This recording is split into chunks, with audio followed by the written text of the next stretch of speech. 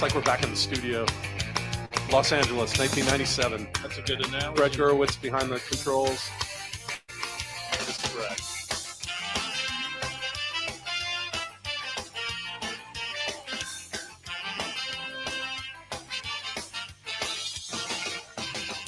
I don't need to tell the truth, but I never lie. I don't need to bow to you. You're just passing by. I never wanted to be the one you bitch and moan and come home to. But as long as you look good, I'll come back to you. Get inside my troubled mind with all of your threats. Sometimes I think I was blind. Not before we met. I never wanted to be the one that you depend on for your life. When you cry, it smells like soup. Sounds like Shona knife. Never feel though I said all night. I gotta ride. Each time I said all night. No, I just might. You make me sad all night. It's just that side of you tonight that makes me sad all night. I'm gonna stand all night. You're an evil little girl. I'm a twisted man, tearing through your perfect world. Make you understand. I never wanted to be the one you bitch and moan and come home to.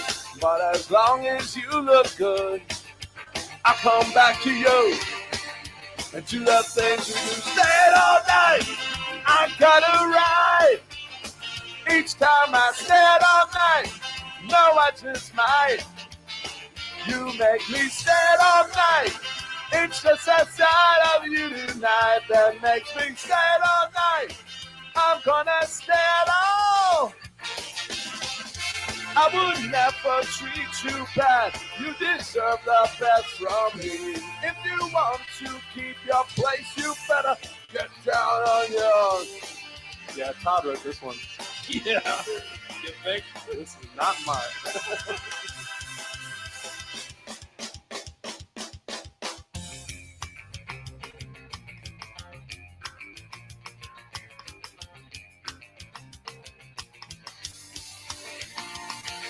Stand all night.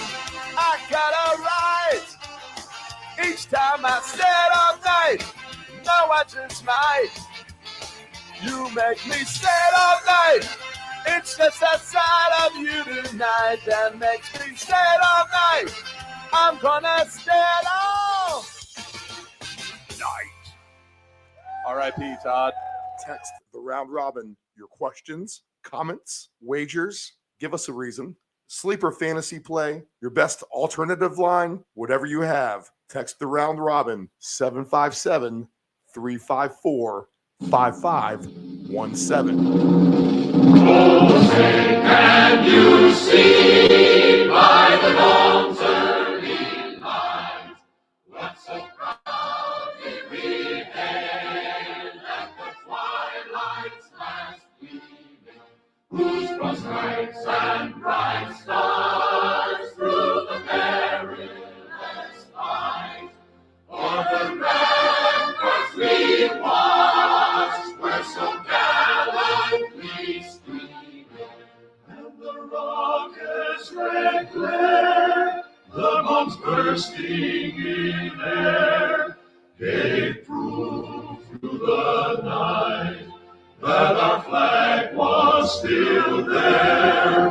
Oh, take us past our spangled banner yet wave, for the land of the free and the home of the brave. This is the Deep End Broadcasting Network. You are tuned in to the Round Robin with Stephen Murray on Deep End Broadcasting.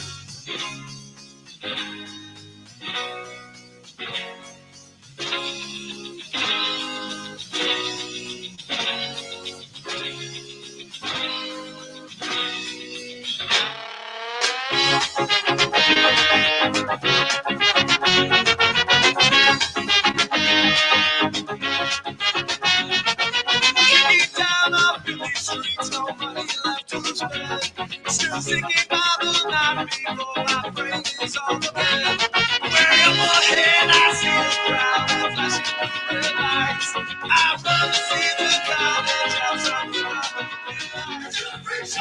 Good morning, just after 9 a.m. Eastern Standard Time here on the Round Robin, the Deep End Broadcasting Network. I am Stephen Murray.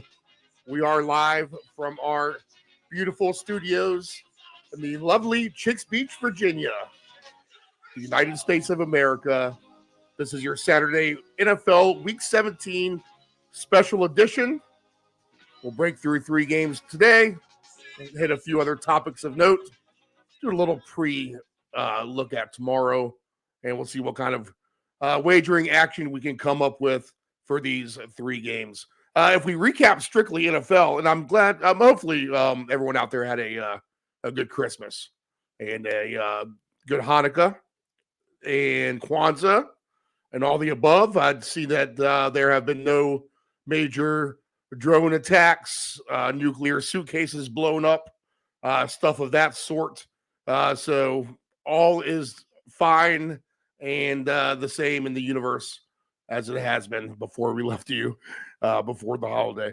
Okay, so yeah, good to know no football stadiums blown up on Christmas Eve and stuff like that in Hawaii. Okay, 3 games we have them in the books. The one game Thursday night, 6-3, Seattle and the Bears. So if you're played the no touchdown on that, you probably cashed a big ticket. And then on Thursday, the 2 favorites slide through easily with the under coming through, the Chiefs winners and the Ravens winners. And maybe this is a good lesson. Don't get too cute sometimes trying to do the props, et cetera, et cetera. I mean, my 3 best plays on the board, I figured, and I kind of figured this is the trend for the weekend to come. But my best 3 plays on the board, and we didn't talk about it last week, and I'm not lying to you, I'm going to be completely honest, were Kansas City to win by double digits, Houston to win, and I thought fairly probably easily they could, and they did. And I like the under in the Thursday night game, which that's the blowout of the year if I 3-game parlay those just straight with the spreads and the over-under. When I get to the holidays, that's what I do. I'll try to stretch out games over the course of a day or two. I have no idea why I did not do that with those 3 games. Kansas City looked to me like they were going to be an easy winner. Pittsburgh just heading the complete wrong direction at this point. Baltimore, they just outclassed Houston in almost every phase. And the Texans defense has been decent. But I think with Marlon Humphrey back with the Ravens, that's making all the difference in the world for them. Plenty of offensive weapons as well. Both of those teams, and I haven't played against the Ravens. I'll give myself credit for actually playing a lot of Raven games, probably part of the reason why this show has been so successful this season.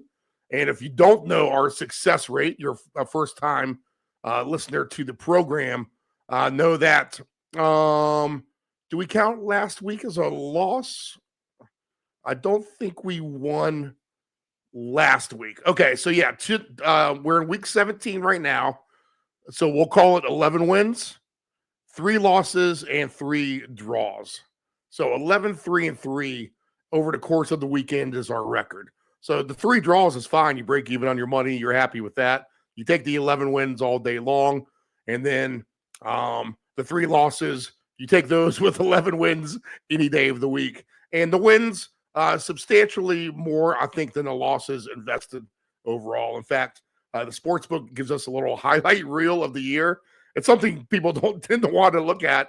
But I was actually impressed with myself on that one. So football has been good to us. I like those games the last 3 days. I wish probably we could have shared that information together. I think even if we talked about it on the air, just like we're doing now, and that is the point of this show. And again, if you're listening for the first time, is we really kind of talk through every angle possible, and we do the things that make the most sense. We find the big numbers, maybe on some low-hanging fruit guys, but we're very successful with 2 touchdown scores as well. But we've been able to put together a lot of good things and a lot of nice winning tickets over the course of the season. And that's because we literally don't rush through things, look at one thing and talk about it for 20 minutes. I mean, we're really trying to peruse the gamut efficiently. And a lot of that time actually takes time to sit there and process this stuff in. So I think if we would have had a Christmas show, I think we would have given everyone a nice 3-0 big winning ticket. So we'll try to do that for the rest of the weekend here. And I think that it is the moral of the story here is that I'm going to look at team spreads and totals, I think, more than props. Now, all that being said, right before the air kicked on, I went ahead and put in my an obnoxious 8-player round robin of decent players who I will make a case for over the course of the weekend. In fact, I'll give that to you before we get out of here on the show. Very last thing with our picks, I'll go ahead and reel off this 2-touchdown round robin. One player starts today. I mean, that's Kyron Williams. We'll get into that as we go through the program. We'll also get Dave Del Grande on here in a few minutes. We'll get his take on the 3 games. Then nephew Dave and myself will be back here shortly after 10 o'clock. And get you recapped on everything else, look at new line changes, talk about Survivor, fantasy, a little bit of all that. And then we'll try to get you out of here by 11 o'clock, maybe a little bit after. I know we have a bowl game, North Carolina and UConn at 11 a.m. Eastern Standard Time. I might have a pick on that as well. Might not want to follow my college football picks per se. I'll tell you what, I've been playing alt lines and stuff like that. All right, but I've been coming 1 point off on too many bets. Let me put it that way. 1 point goes one way or the other, then I think we are cleaning house. I thought I was going to hit 2 4-game round robins last night with some NBA, but all it takes is 2 minutes of bad basketball by the Memphis Grizzlies not to get 135 total points. You know, you get 131, you think that's great, but at plus 670 to get 135, they were a little short of that number. So we'll try to avoid all those 1-pointers today, get a good feel for what's going on. I think I do. I mean, I think I like these 3 games. I mean, I'll talk about them right off the bat real briefly. In fact, let's get the line updates because I did see line movement. Again, if you're new to the show, one of the first things we'll do is look at weather and line changes.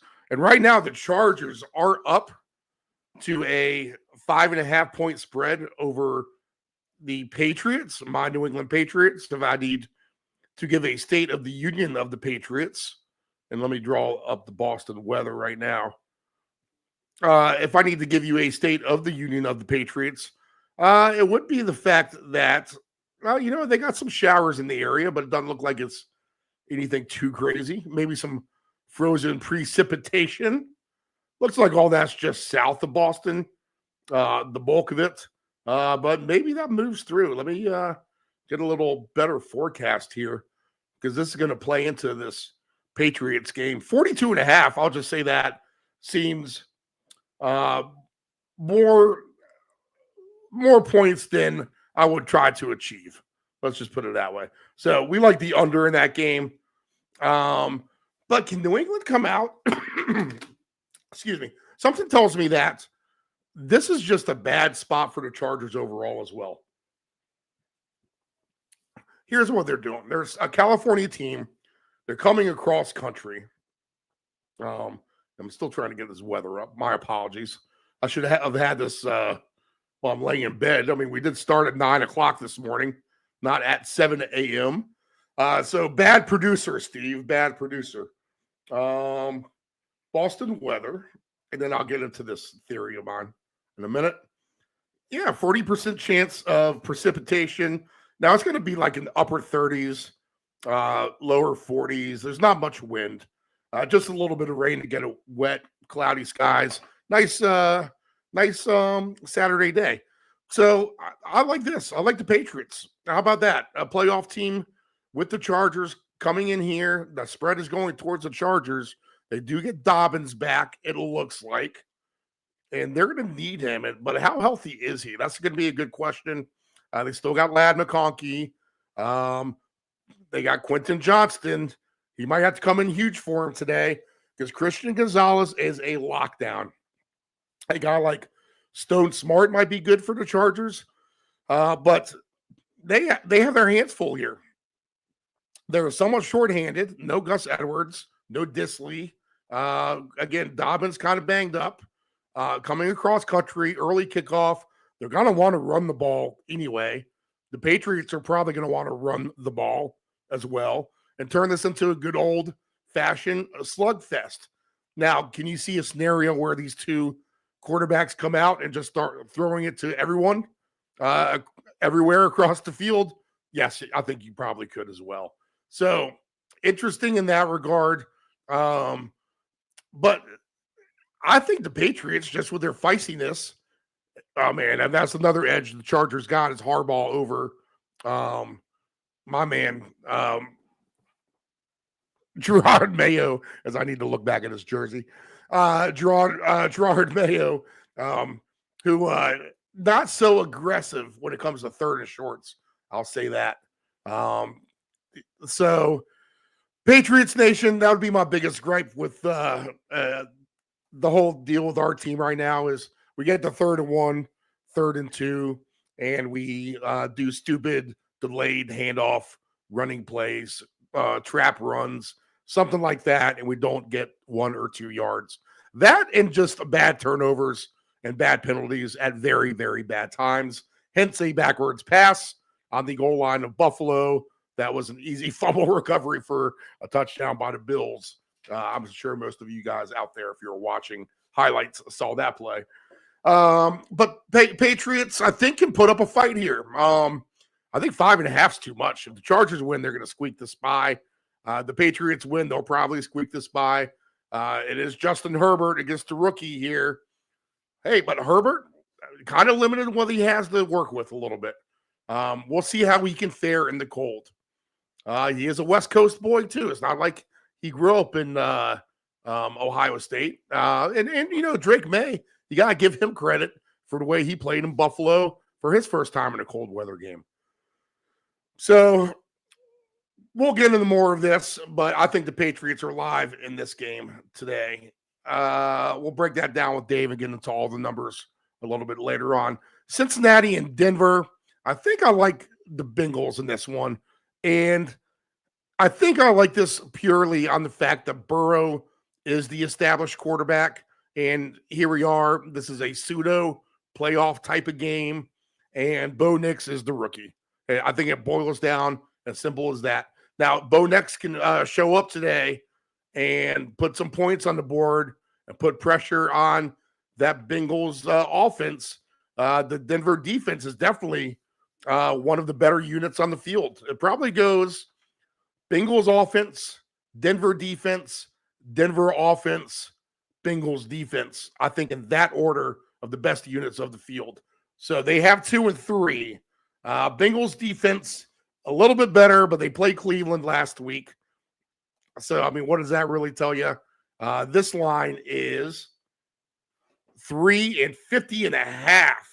So that, and we do have sunny skies in the mid-50s. How about that in Cincinnati this afternoon? So that's good to hear. Do we have later rain? A slight chance of rain later. Okay, slight chance of rain later. So we could get a little precipitation in Cincinnati with the Bengals and the Broncos. But I think from a quarterback standpoint, Burrow against Nix, I like Burrow. And we'll get into all the numbers after we talk to Dave Del Grande about all this. He'll come up with a play or two of anything that he likes today for you guys. and we'll kind of get into the preliminary numbers. Full breakdown to come with me and nephew Dave. All right, Rams and Cardinals. I like the Rams. They can clinch this division. The Cardinals are out of it. I get it. How about a revenge spot too as well? I mean, the Rams lost 41-10 to the Cardinals. The way the Cardinals lost last week is not a good way to lose. They came back after getting beaten up the whole game, and then in overtime just completely got ran over. They have to be demoralized a little bit. Dave Del Grande, I'll tip it now. We talked about him for a 2-touchdown scorer already, and that is Kyren Williams. Okay, so Kyren Williams, 2 touchdowns, only is at plus 175, I believe. If I relook at that number real quick, yeah, 2-1 now. I want to take a stab at Cup. I want to take a stab at Cup for a couple of scores as well. Knowing that Stafford's going to try to maybe juice him up a little bit, especially if this can be a blowout. Now, it looks like James Conner's going to play. That helps the Cardinals for sure. But what are you going to get out of Kyler Murray? The Rams are playing with a lot of incentive here. I mean, they can wrap up shop with everything in the NFC West this afternoon, right? I mean, the clinch and they win it. Is that the playoff scenario? Maybe I need to look at that here. NFL. The question is Seattle with the tiebreaker. I know what the records are because Seattle is right there with them. Okay. Let's see. The Rams can clinch the division with a win and a Seattle loss or tie, and Rams win, and the Rams get the strength of victory tiebreaker over Seattle. Wow. All right. So it's going to come down to next week, probably, I would say. Seattle won, so they need to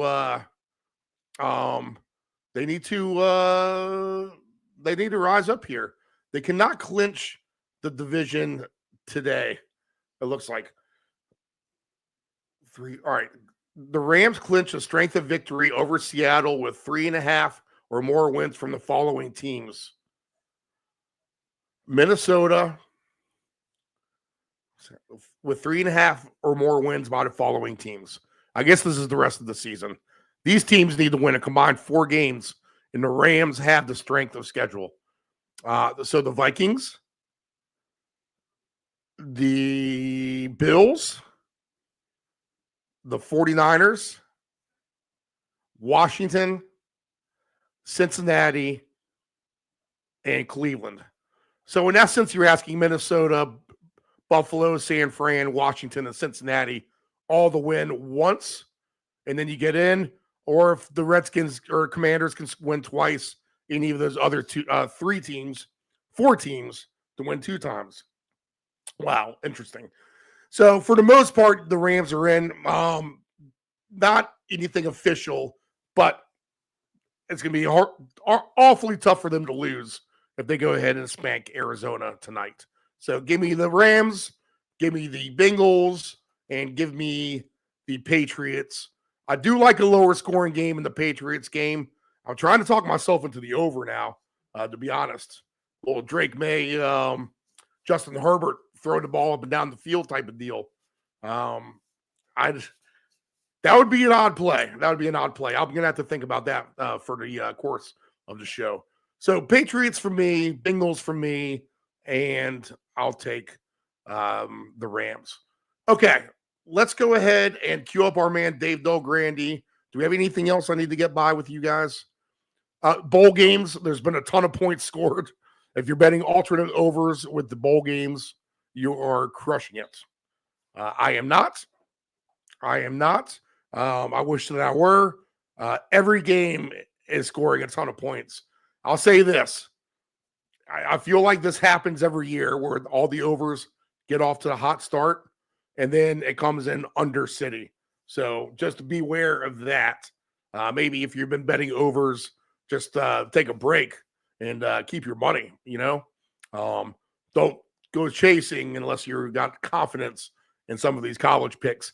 I'll say that about these college kids too, when they talk about the holdouts and the guys entering the portal, and inexperienced players stepping in. Well, basically, you're having a lot of that. In rugby, what we have is we have an A side, which is your best 15 players, and you would have a B side, which is your next 15 best players. So in most of these cases, you're getting a mix of A and B side, and those end up being fun games.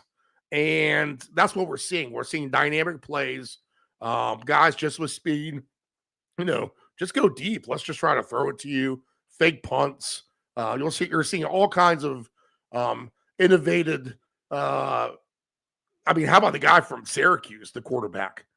He just unleashing it down the field.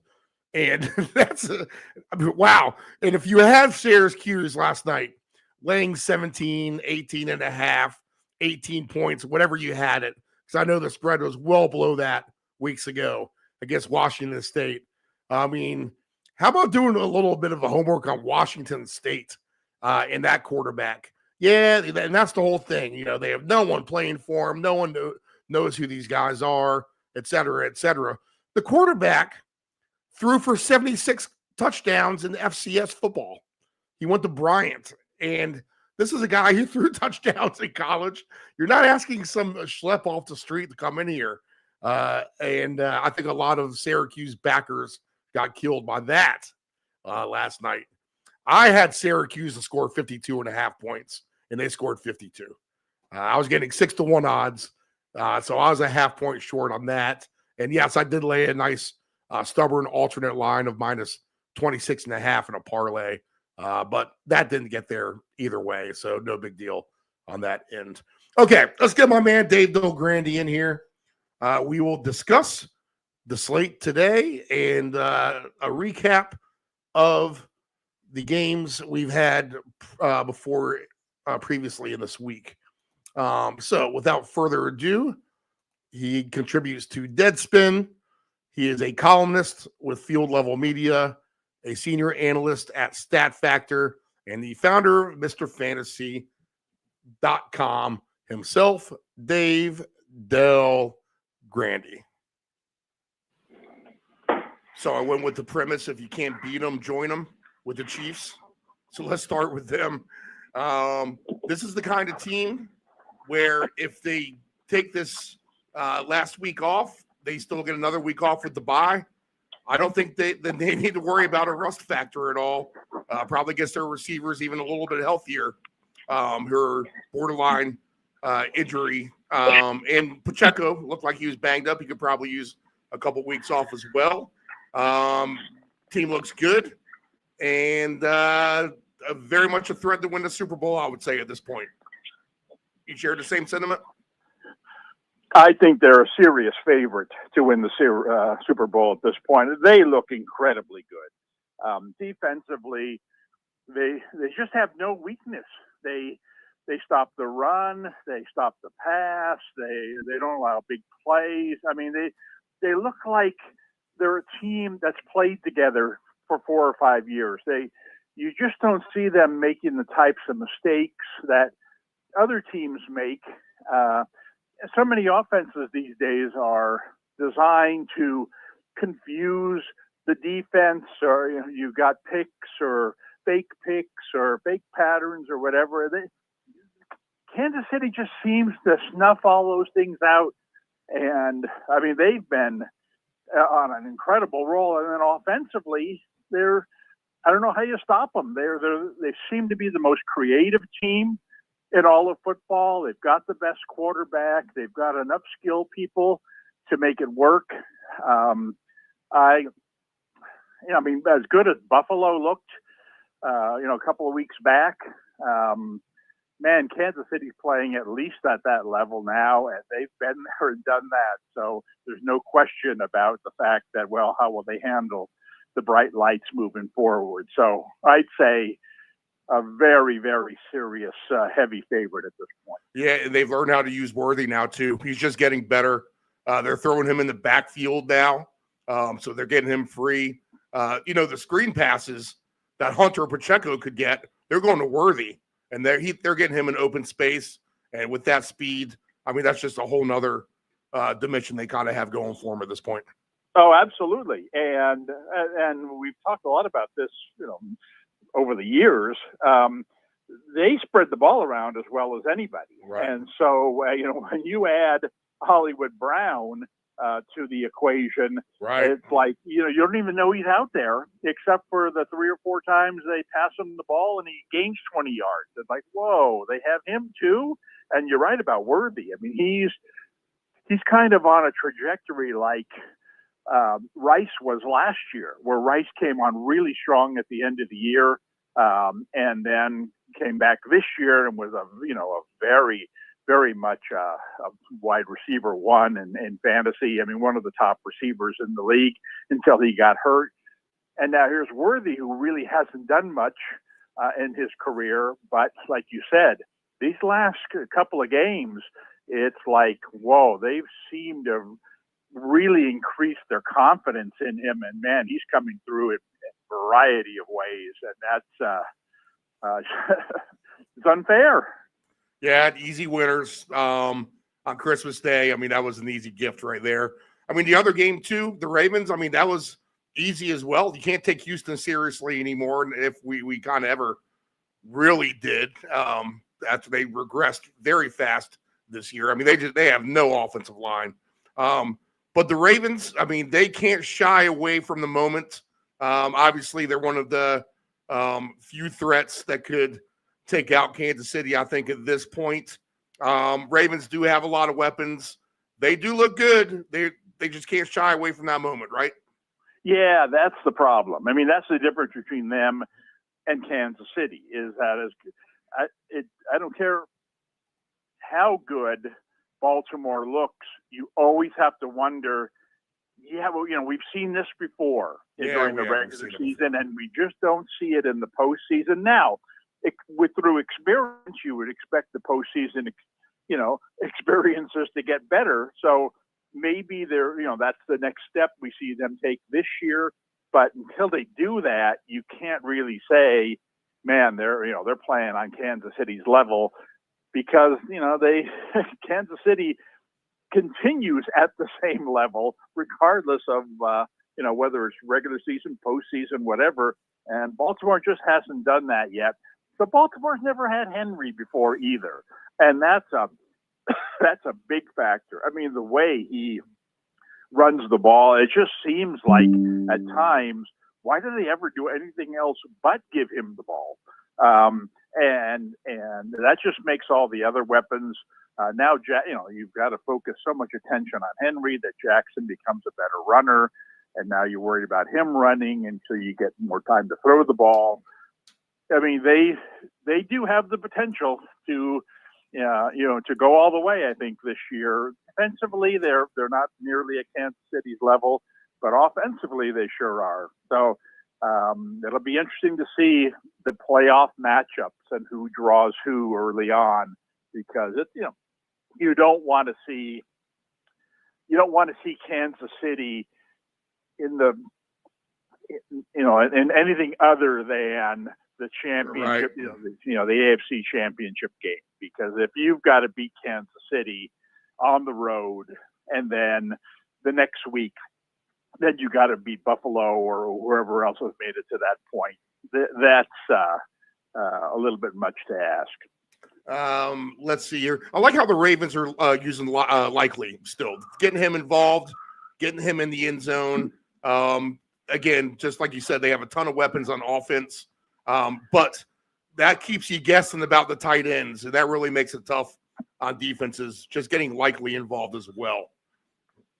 Well, that's something that I think is and probably has been trending in the NFL the last couple of years. Yeah, 2 tight ends. Is the use of multiple tight ends.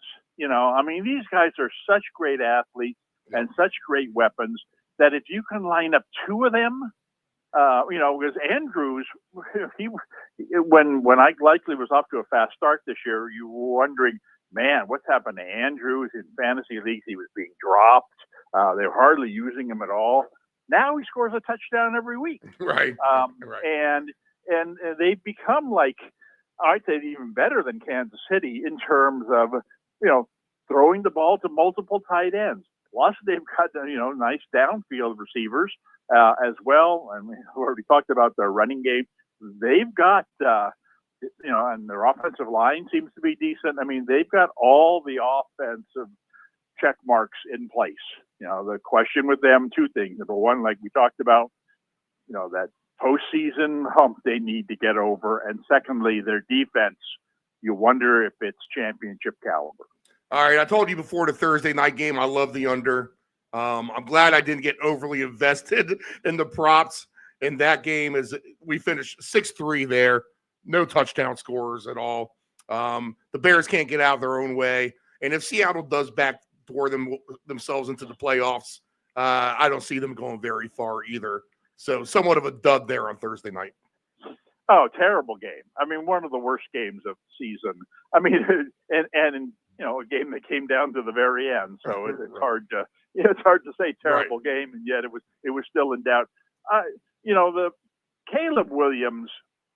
I mean, you see this with NBA superstars sometimes, guys like Westbrook, guys who continue to shoot 3-pointers even though they can't make them. And Westbrook, is a guy who shoots for his career 30% or under on 3-pointers, 4 or 5 times a game. It's like, and he's unstoppable. He dribbles around guys. He gets to the hoop. He's powerful. And it's like, why hasn't somebody told him in the last 15 years, stop shooting 3-pointers?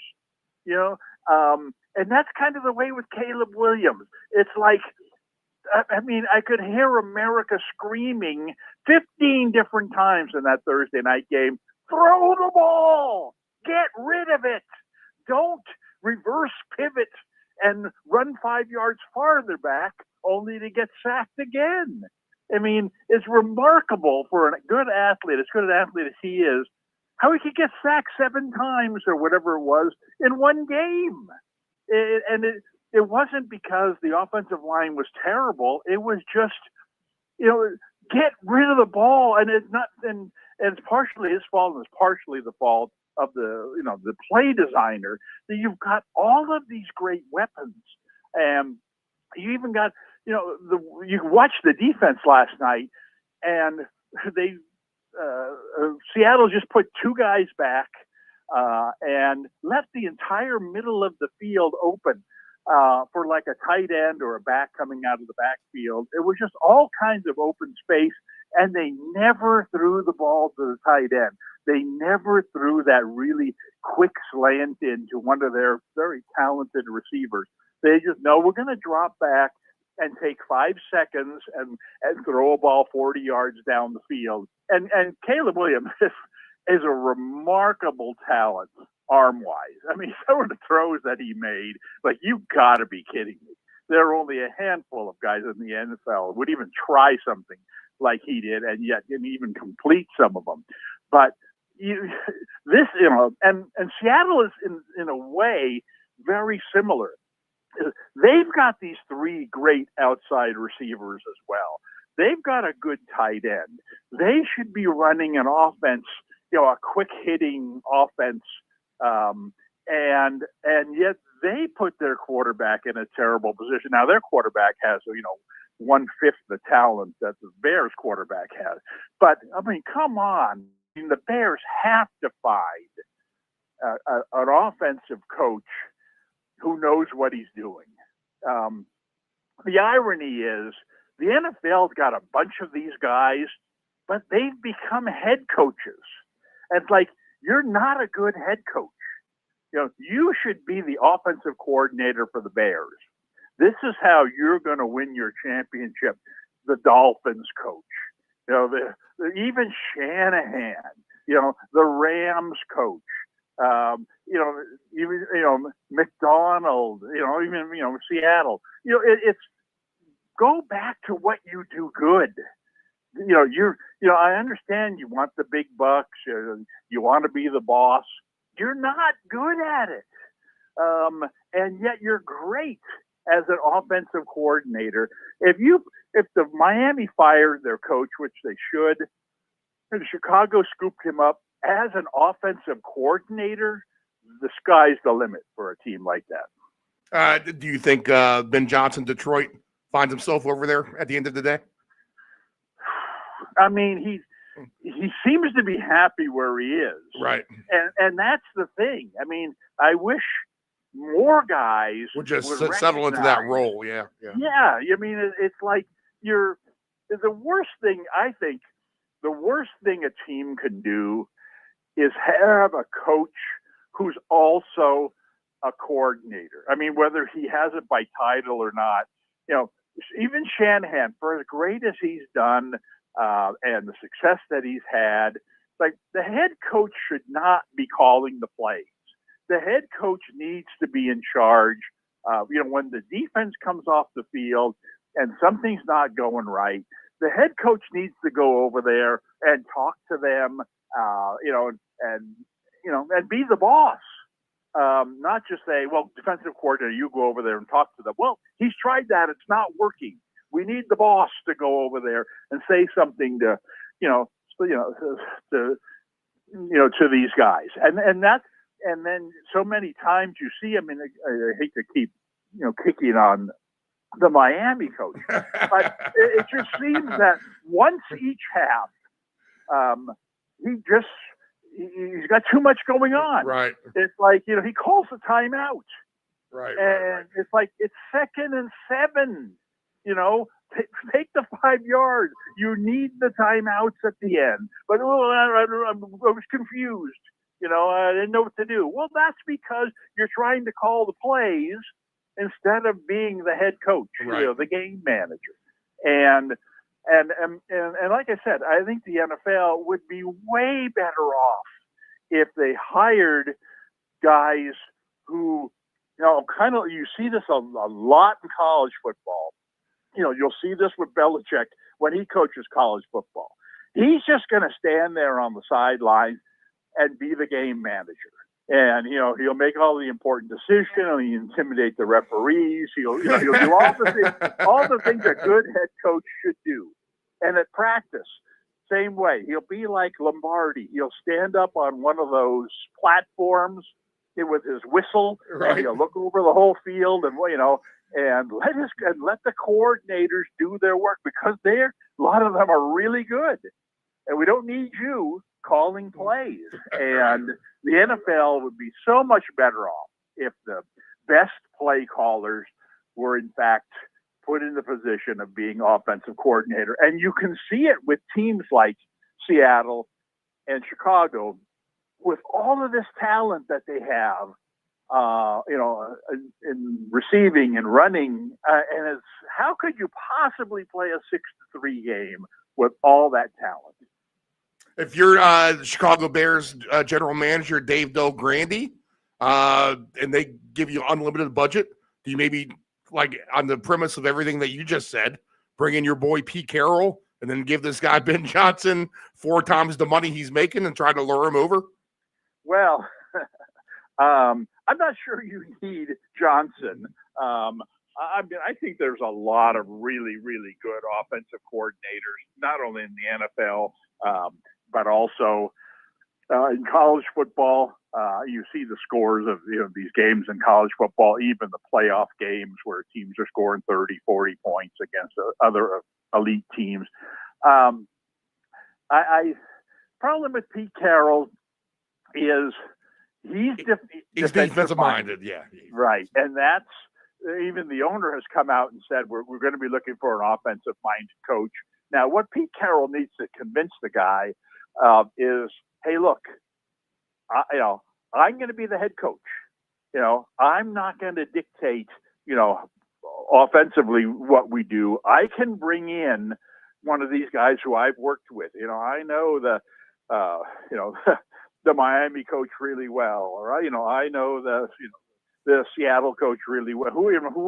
Who's ever available or what? And I think he could talk a really, really good offensive coordinator into coming with him as kind of a package, and that's what he needs to do to sell the Bears on the fact that he's their guy. Because I don't think he could just walk in there and say, "Hey, I'm a great defensive coach and I can help lead you back to the playoffs." I think at this point, the Chicago ownership and GM would say, no, we've tried that direction. That doesn't work for us. We've got all this great offensive weaponry. We've got this wasted quarterback who's got a ton of talent. We need to maximize that somehow.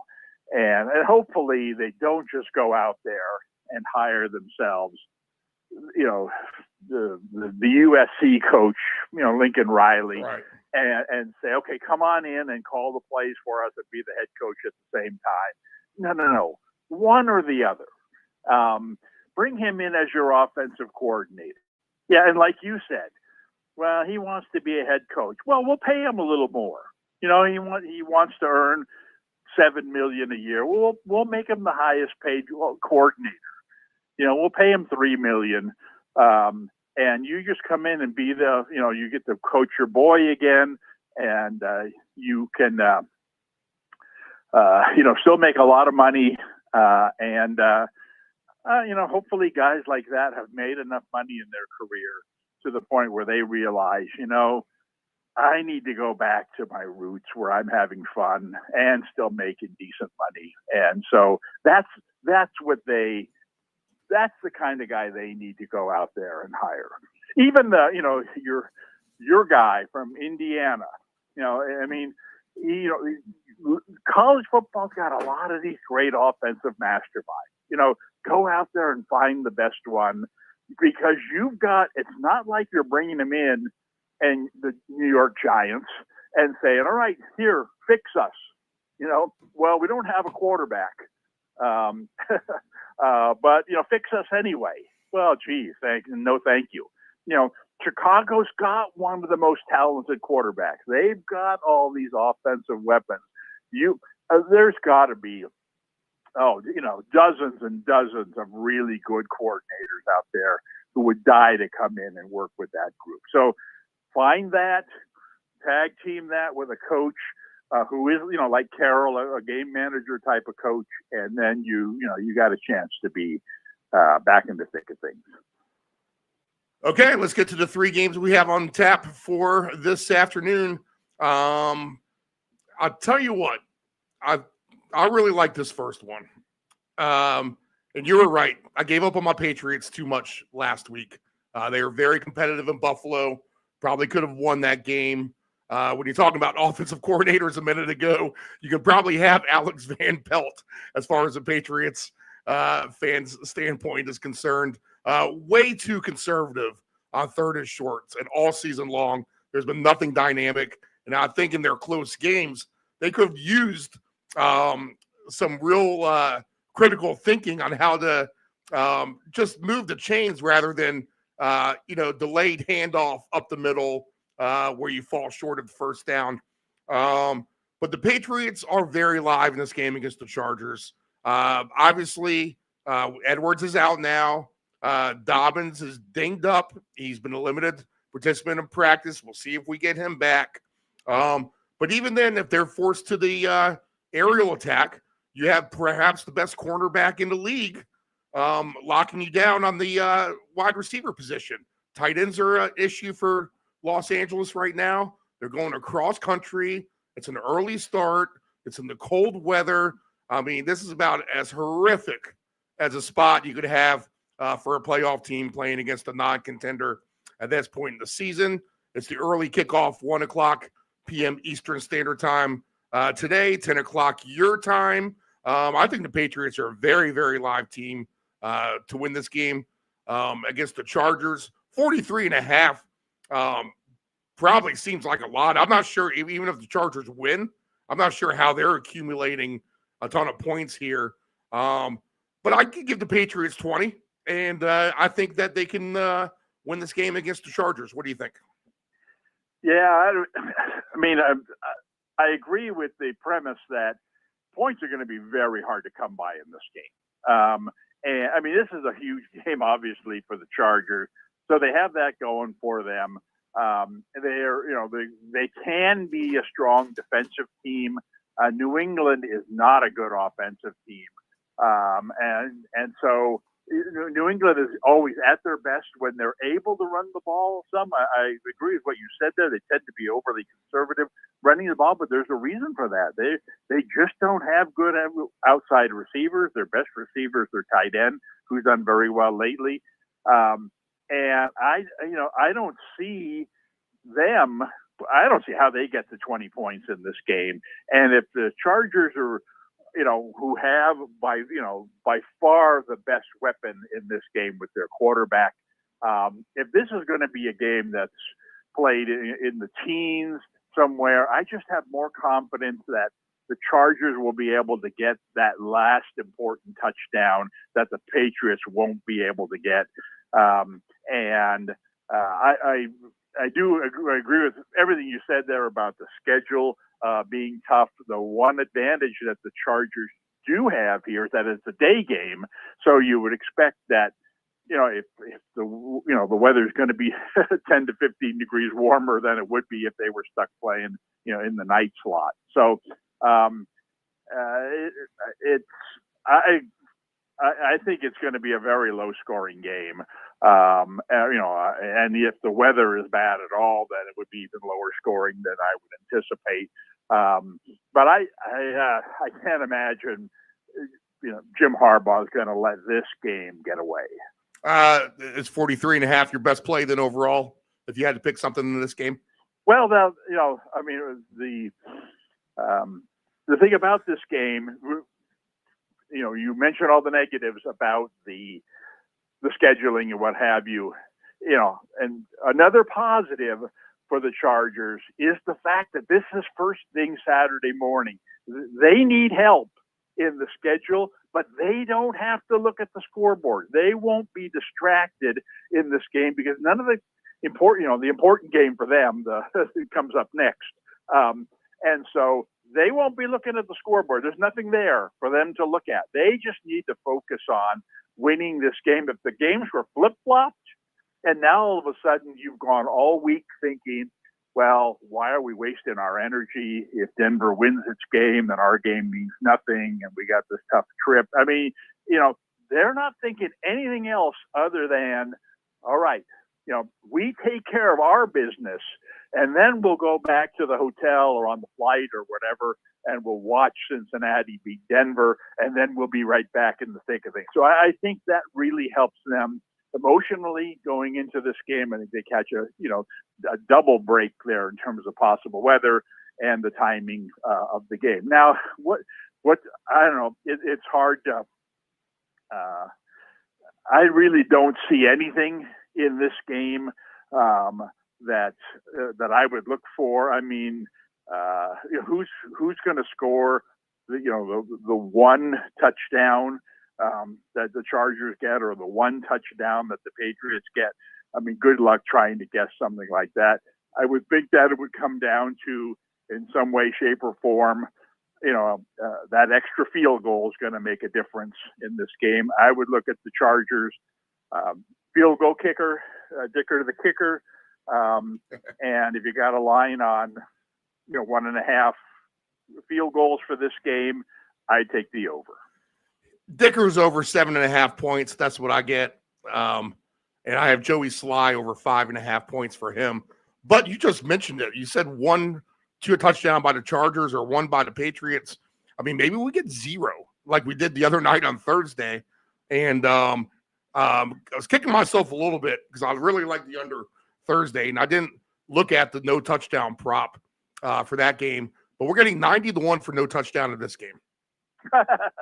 Well, the problem with this game is that, the Chargers can't run the ball.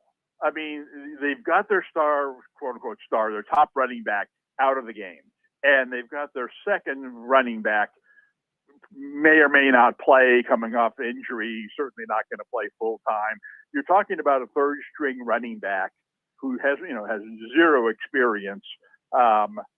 Being the guy who needs to move the chains, needs to keep the clock running. I mean, if this is really going to be a low-scoring game, then both teams are going to have to run the ball effectively and keep the clock running and go on your 5 or 6 minute drives and kick a 50-yard field goal that is good or no good or whatever. I'm not sure if the Chargers can play that kind of game. I think they're going to have to throw the ball more often than you would like for a game that you're hoping that there's no scores. Now, that said, there was a lot of throwing in the Seattle-Chicago game. I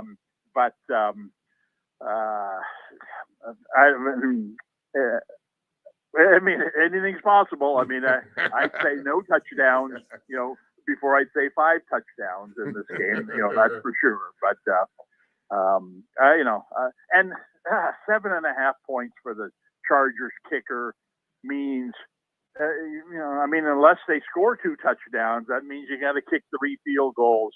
That can't be a 50-50 proposition. So, I'm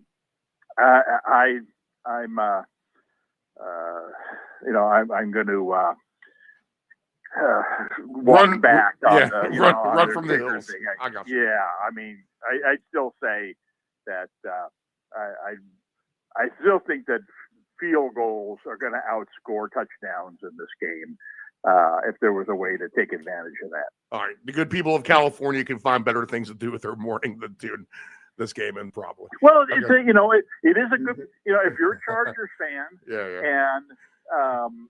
and remember now that in San Francisco area that you don't have that Chargers rival that you used to have, where nobody here would ever root for the Chargers because this was Raider country. Well, it's not really Raider country anymore.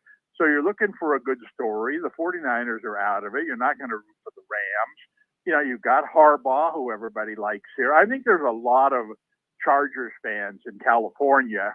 And this is obviously a huge game for them. So I do think there is some interest. I think you'll see a lot of TV sets on Saturday morning.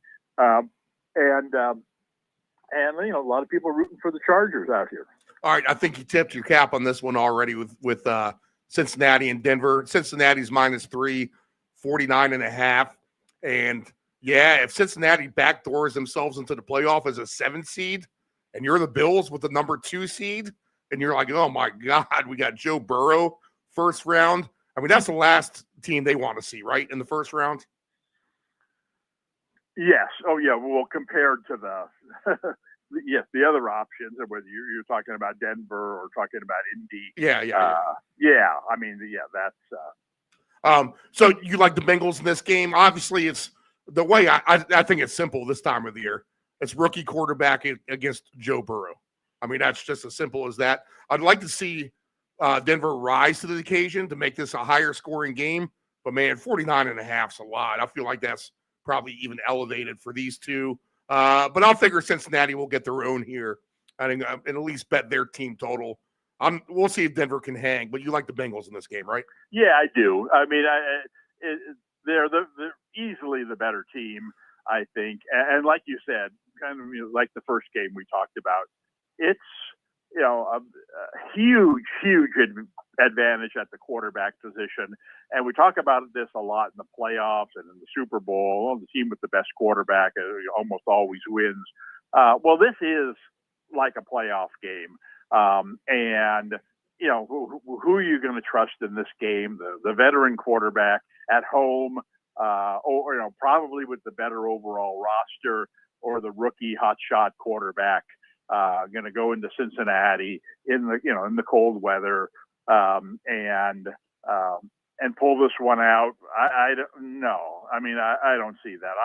I'm surprised the line is so low in this game. I'm not really sure what what's to like about Denver in this game. And even if they fall behind and they're going to have to, they have the quarterback, young quarterback who can sling the ball pretty good, and maybe come from behind. Again, you're talking about a young quarterback, cold weather, late start. It's just not conducive to we're going to rally against this playoff tested team. So I don't see how Denver, possibly wins this game. And the line is so low that, all Cincinnati has to do basically is win the game. I got to believe that they're, a very, very serious favorite to do that. All right. Any props in particular you would like in this one? Obviously, you got a Jamar Chase against a Patrick Surtain, which kind of makes things interesting. Maybe that gets T. Higgins opened up a little bit more. And Chase Brown didn't get into the end zone last week. Bummer for me because he's on my fantasy, but we still won. But you got to figure he'll probably get back in there this week, right? Yeah, I mean, I think that Higgins would be a guy he's got to come up big in this game. I'm not sure. I mean, Cincinnati throws a lot to their tight ends, and so I think you'll see a lot of balls going to their tight ends, but they play 2 or 3 different guys. It's hard to really distinguish between them. So while they may get the most targets other than Chase, and I agree with you, hard to project a big game for him given the defensive coverage he's getting. I can see Higgins, even with 4 or 5 targets in this game, coming up with 2 or 3 big catches, and as likely as any Cincinnati player to score a touchdown. So, if I had to pluck one among their big 3 there, Chase, Brown, and Higgins to score a touchdown, I'd go for the price and go with Higgins. Plus 145 for a touchdown with Higgins. I do like that. And then let me just look at it for the greediness factor. T. Higgins for 2 touchdowns is 12-1. But like you said, they spread it around to a lot of people at the end of the day. Chase Brown for a touchdown is at minus 145. Jamar Chase is the favorite at minus 155. All right. 26.5 is the baseline for the Bengals points. Over on that? I don't know. I mean, I don't see this as being a super high-scoring game. Right, yeah. 49. It seems like a lot of points. 49 and a half. It's going to take some mistakes on Denver's part from their rookie quarterback in order to help Cincinnati get that kind of a total. Because this is a big game. It in some ways reminds me of the earlier game. It's not going to turn into a shootout with nothing at stake. No, there's a ton at stake here. And 3rd and 8, you're going to see a lot of draw plays and punt the ball. And how many times did we see that in the Thursday night game? They got the ball close to field goal position. All of a sudden, they don't convert on 3rd down. Do we try the long field goal? No, the game's close. Let's just punt and get them back at the 10-yard line. And that happens a couple times in a game, and that's a huge numbers swing. Because now you got to drive the whole length of the field, and it's just not happening. I don't know. I can see that in this game here, where you're not going to take a chance, with the long field goal in this game. You're going to punt it, especially Cincinnati. You punt them down deep, punt Denver down deep in their territory with their rookie quarterback, and the Denver coach is thinking, man, no mistakes. Let's just run the ball 3 times here. We don't even have a good running game, and let's trust our punter. And next thing you know, it's 5 minutes later and nothing has happened. And oh boy, this looked like a promising start with scoring, and now nobody's scoring. So I agree with what you said earlier about, man, they've jacked the price up very high on the number in this game, on the total. I don't see it. All right. So right now, I could play under in the Patriots game, under in the Bengals game, and the Bengals -3. And you would agree with all of that, right? Not saying that you would play it, but if I had to have action on the games, that's the way. That's the best circumstance. If you had to have action on the game, come on. Win. Exactly. All right. This is one I can get on board with completely. I think this might be maybe the Bengals are the best player today. But Arizona's a broken team to me. They've packed it in. They're done for the season. The Rams have everything to play for. They can get a division title or have that really close in hand here at this point. But the Rams minus 6.5, 47.5 is the total here. I think it's a free-for-all, green light for the Rams. What do you think? Yeah, I agree. I think that you're right. I mean, the emotions of this game dictate. It's if you look at the first game that we talked about, the Chargers in New England, and you've got the one team that has something to play for and the other that doesn't. Well, the team that has something to play for, you'd like to be able to just dominate the line of scrimmage, run the ball, wear down this other team that comes into the game thinking, we're going to put on a show, we're going to have a little pride, and then by halftime they're exhausted and the other team's running over them. Well, the Chargers can't do that, right? But the Rams can. I mean, the Rams have a running back, not that he's a plow horse type of guy, but he carries the ball as much as anybody else in the league. And it just seems that it doesn't matter first carry of the game, last carry of the game. He's getting his 6, 8, 10 yards. I think Williams will have a huge game in this game. And like I said, and as we go along, as Arizona gets demoralized more and more, well, the Rams are just going to keep handing the ball to the same guy, and he'll carry upward of 25 times in this game. He'll go over 100 yards easily in this game.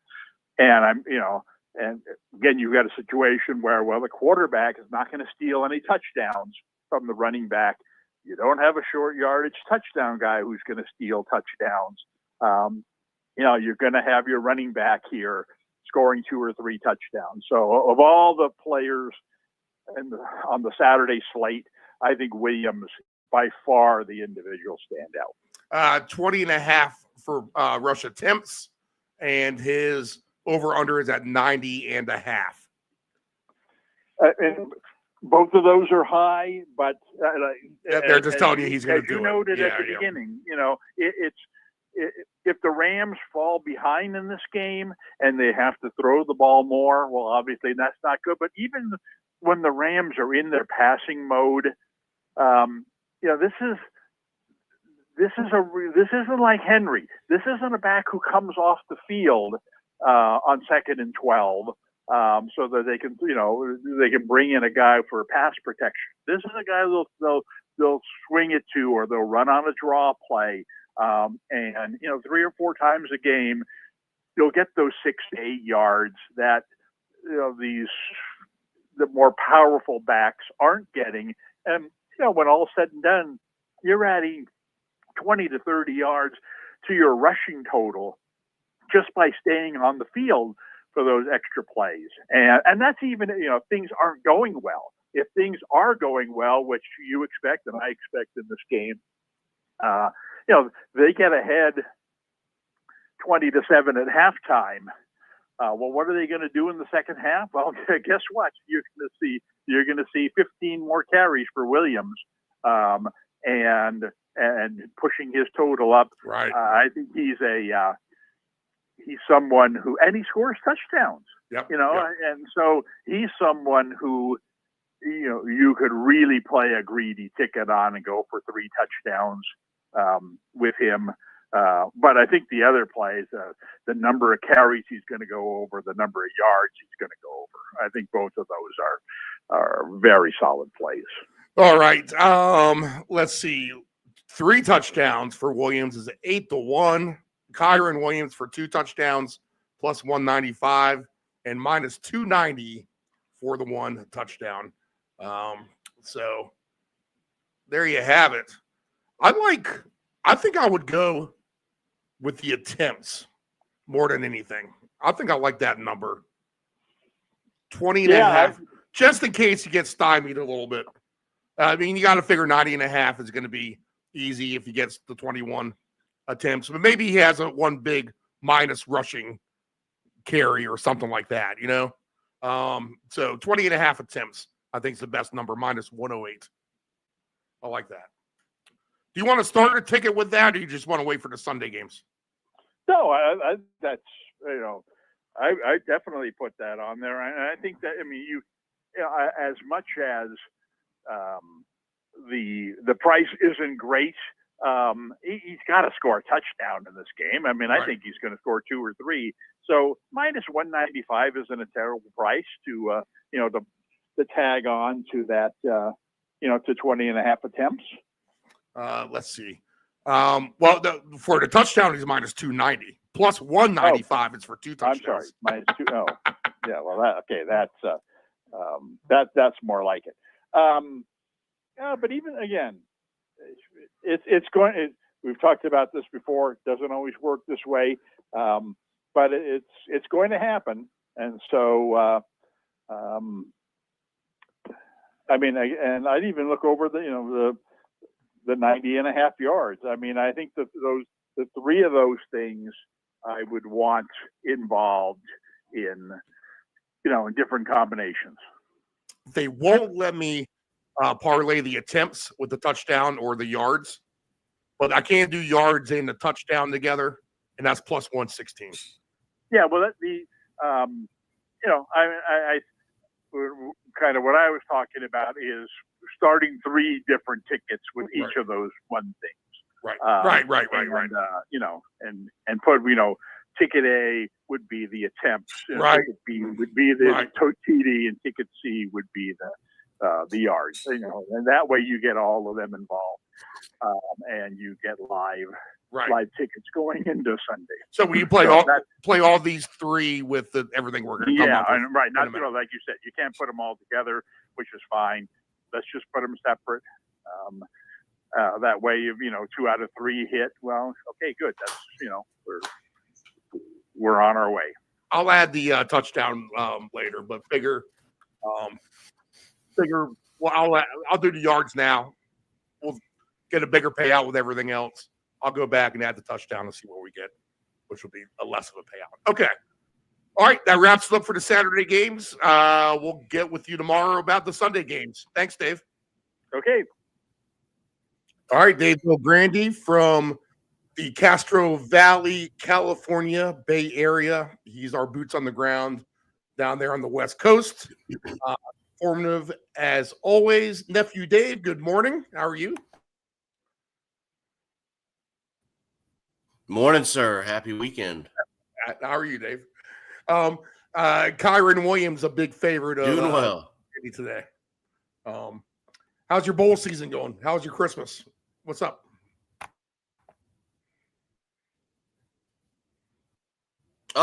You know, Christmas was good. No complaints here.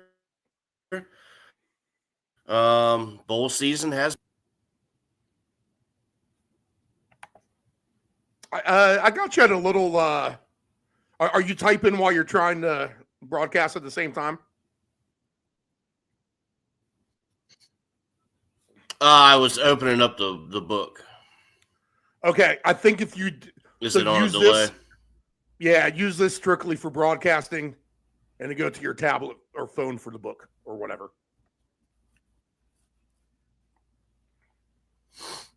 All right. Are you hearing that loud and clear? Okay. Is that better? I think so. Yeah, so I think the more you use that for different things, then the more it will glitch. So you got to use that strictly for the camera and the microphone. Gotcha. All right. Let's see how that works. All right, Dave. Everything good with you, man? All's good. All right. I'll as Dave gets more set up, let's do Survivor. We promised that earlier. And I'll do the updated lines. All right. Dave, you can just give me a yes or no if you think you would use your Survivor. Of course, mine's over with. Some of the bigger casino pools still have their Survivor going on. So interesting week if you haven't. In fact, a lot of the casinos with the bigger contest used the Wednesday and Thursday games as its own individual week. So that's how they try to thin out the herd here at the end, I think.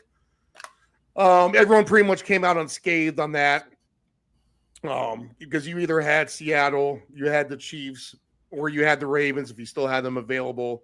And now, whether you had those teams or not, well, if you weren't doing a individual Christmas week and you use one of those teams, you're good for this week. So you don't need to worry about it. But if you need to worry about this week, here's what we got. And I'll do the updated lines as well, as the Chargers are now up to 5.5, and 42.5 is the total, down from 43.5. So survivor for you, Dave, on the Chargers or the Patriots, I will say no. Yes, I think you could use the Chargers. Okay. All right. Denver and Cincinnati. Obviously, Cincinnati's a weird one. If you use the Cincinnati, you're probably out of survivor. If you happen to still have them, would you use them today, Dave? I think I might be able to use them if I'm limited.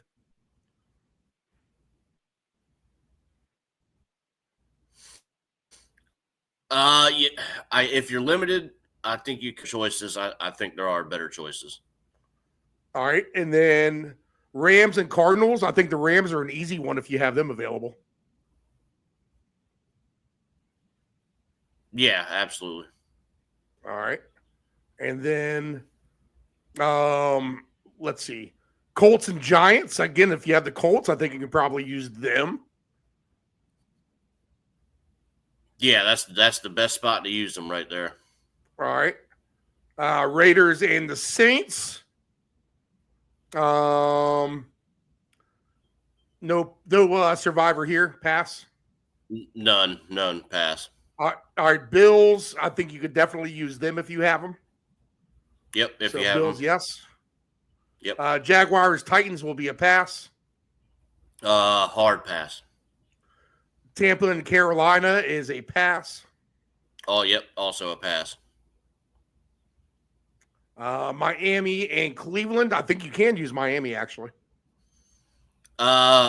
Maybe, but if there's better plays, I would go with those. All right. Survivor pool again. Vikings and the Packers. Vikings 1.5, 48.5. Pass. Pass. All right, Dave. I think if you were very limited, I think you could use your Commanders -3.5, 46.5.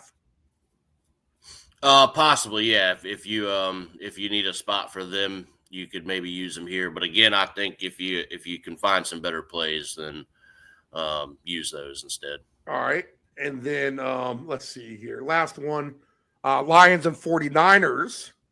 Pass because it's a weird game. The Niners have looked bad. The Lions should win this, but again, I'm worried about their defense a little bit. So pass for me on that one. I would definitely go with the Lions. Yeah. All right. Yeah. All that sounds much, much better, Dave, now that everything caught up glitch wise there. Let's see here. So your top 3 survivor picks would be? Probably.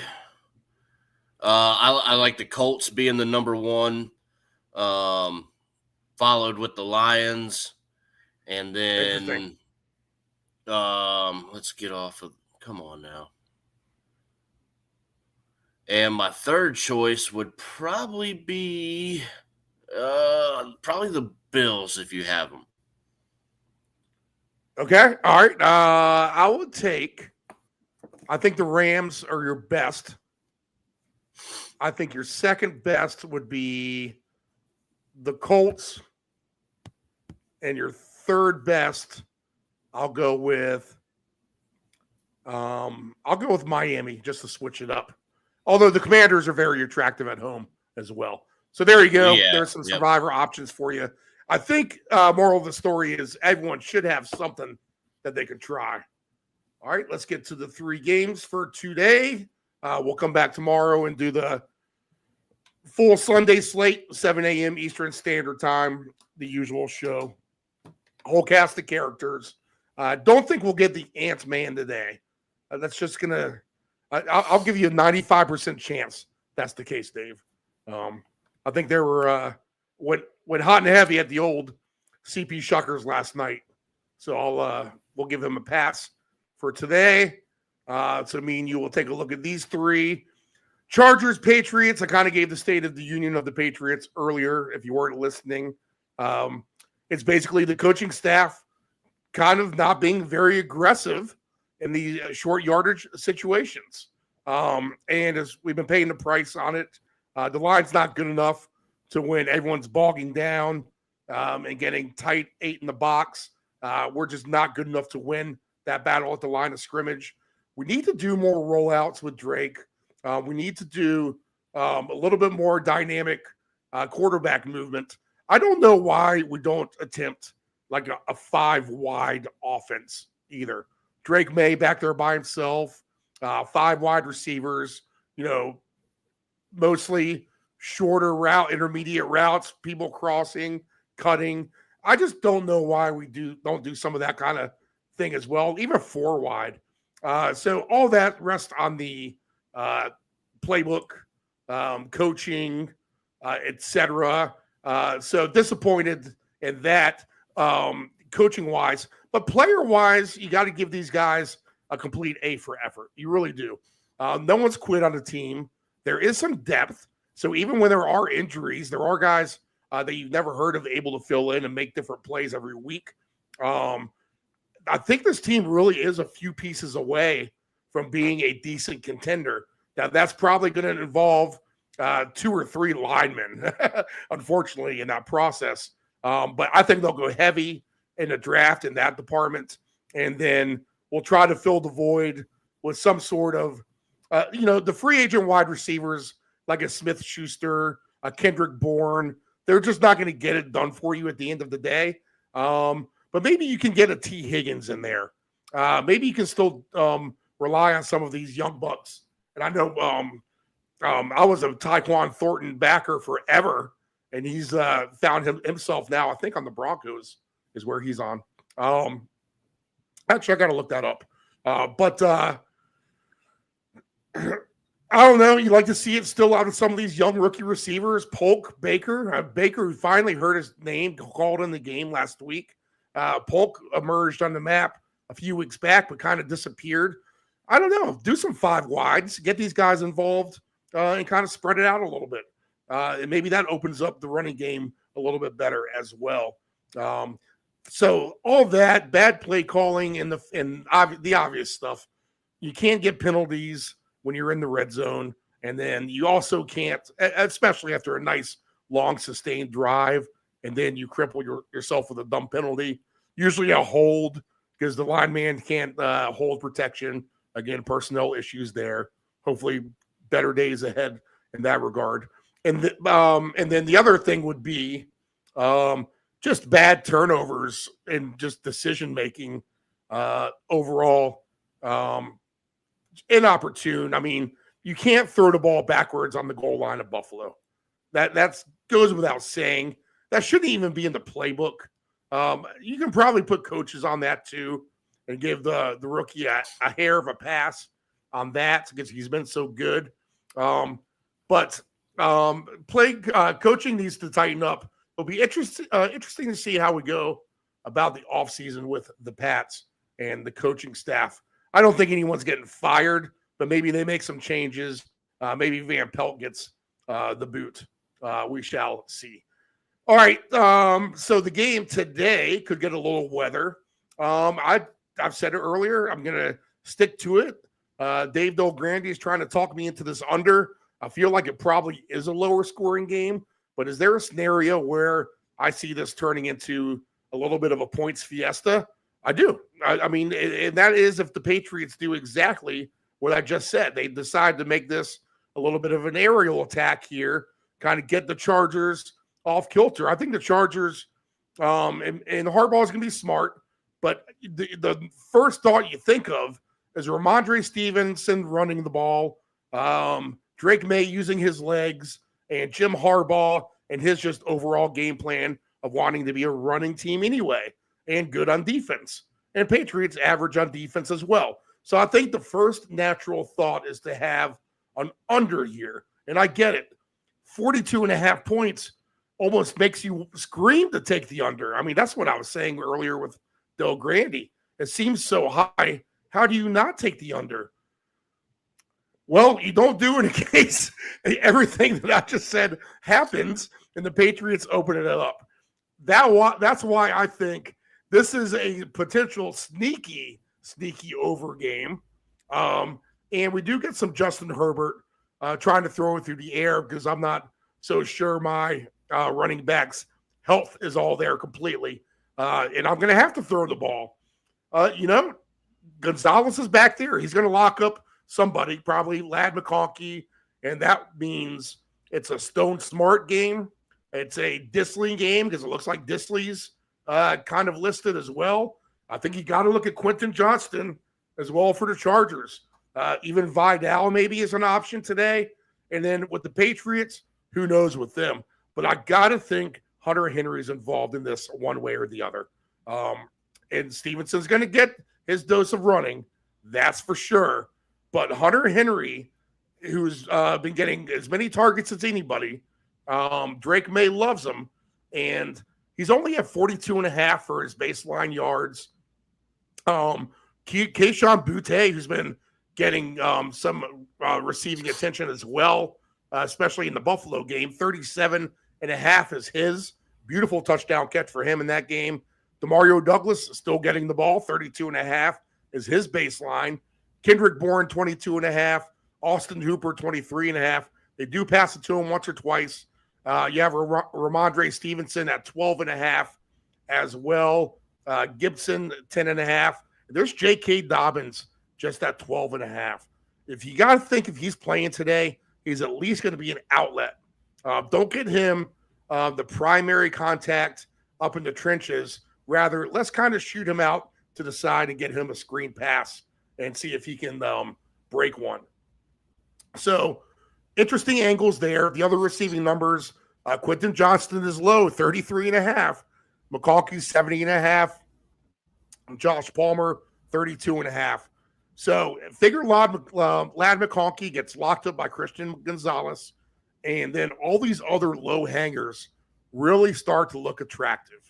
All right, so we're going to take a look at some of these alternate receiving numbers real quick, and I'll carry on to everything, and I'll get Dave's take here in a second too. But 60 yards for Quentin Johnston is at plus 320.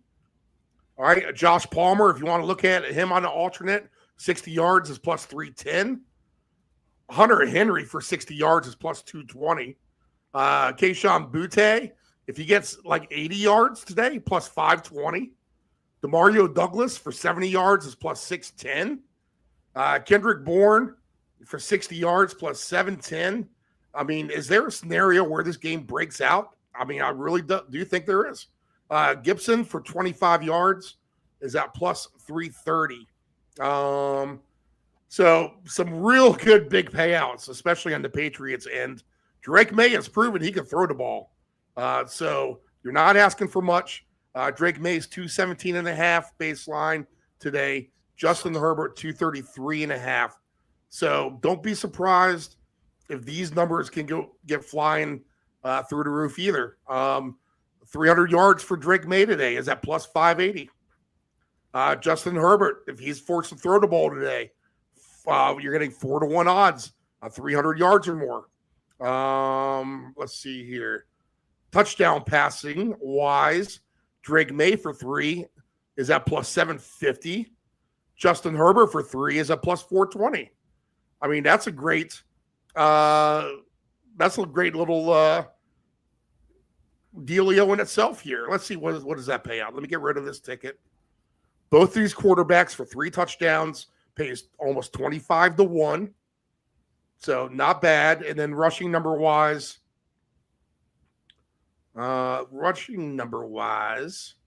we have Stevenson 41.5, Gibson 29.5, Herbert 15.5, Drake May 26.5, Dobbins is at 58.5, Vidal is at 26.5. I would take a stab on Vidal on his, to be honest, especially if he does fill a Gus Edwards role. Maybe if Dobbins doesn't seek contact as much, You're getting plus 390 on Vidal for 50 yards. So there's some real big numbers you can string together here to have for a good afternoon. And let's see. Alternate number yards for Stevenson. Let me hit that real quick. If it becomes a pure ground and pound game, wow. You're getting for Ramondre Stevenson for 100 yards rushing today was plus 1260. That is insane. They really think they're going to try to run the ball here, and the Chargers are going to bog them down. 40 yards for Ramondre Stevenson is only at minus 124. He's not going to run for 40 yards. Wow. Again, the passing game can open up the running game as well. All right, Dave, a lot to digest there with some big numbers. What do you think? Yeah, Steve, I think you covered most of it pretty nicely there. I can definitely see your angles here. I just like these defenses. You mentioned New England average, but they do have the shutdown corner. The defense here for the Chargers, I think, is pretty decent anyway. And this game just has a 20-13, 21-13 kind of feel to it. So the over under there is a little tricky. It's 42.5. I don't think this game is 6-3 like Thursday night. But I like the defenses in this one anyway. You have the good low hangers for the props that are available to you. I think those are definitely playable, but whether we see a lot of touchdowns, I'm just not so sure, Steve. I kind of like the under in this one. But, you said it there with your low hangers, and I think that's probably the way to play this one. Find your angles with the Stevenson rushing props there, which is pretty nice, something I'll take a look at here in a little bit. But I feel like the props are better to play in this one. My feeling is under, but I'm just not so sure. I think 42.5 is kind of a tricky total there. I'm telling you, man, they're begging you to take the under, aren't they? I mean, that's kind of what I think too. I mean, how is this game not 20-17 at the worst? Right. And it's a hardball. You got to think Michigan football, just the way he goes about things, make it a trenches game. I don't know. There's something fishy here. I think since it's not the home finale either. The Patriots do have the Bills coming in, but I think the Patriots think that they can probably win this game before they can beat the Bills, although it was closer than a lot of people anticipated last week when the Patriots played them up at Buffalo. So the Chargers, a playoff team, man, this is a good feather in the cap of what you've been trying to do as far as a football team to get better. That's why I think they're very dangerous in this game. And if they're able to score points and game plan and scheme for points, that's going to force the Chargers into a throwing game as well. And, hey, you want Herbert in the throwing game? I'd probably not, maybe. But the Patriots, I think, take their chances to win this game. And that's going to induce the Chargers to try to throw the ball some more. And they probably will get a little bit of success. And that's why I think this can be more like 27-24, something like that. All right. So I think a fun game at 1:00. It looks like a dud. It smells like a dud. And that's when the NFL comes in and tricks you, man.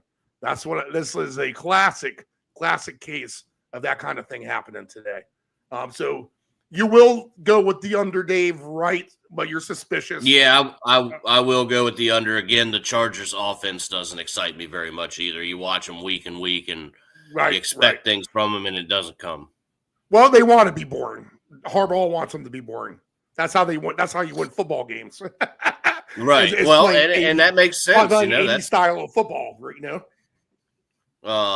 Yeah, no problem with that. But when you're trying to win a couple bucks, they are not the team offensively that you want to rely on. That's for sure. All right, this is an interesting prop. I'll do the touchdown scores in a second. But all right, Justin Herbert for 3 touchdowns passing. Drake May for 3 touchdowns passing. Vidal, 50 yards rushing. Stevenson, 50 yards rushing. $10 wins you $3,500. Now, you need a lot of the touchdown passes for 3 quarterbacks each. I'll tell you this, it doesn't happen a lot in the same game. It just doesn't. But there's a scenario where these guys get close to the goal line via the ground game, and they do chuck it in. So, and Dobbins does take less of the carries. So I will play that for $10. We'll see how it goes. Touchdown scores for this game. Dobbins minus 110, McConkey plus 150, Stevenson plus 160, Quentin Johnston plus 240, Vidal plus 250, Stone Smart plus 280, Disley plus 280, Hunter Henry plus 290, Palmer plus 310, Herbert plus 330, Gibson plus 340, Kayshon Boutte plus 360, Drake May 4-1, Douglas 4-1, Hooper 5-1, Kendrick Bourne 6-1. Chargers defense 7-1. I think the Patriots defense is actually alive in this game for a touchdown.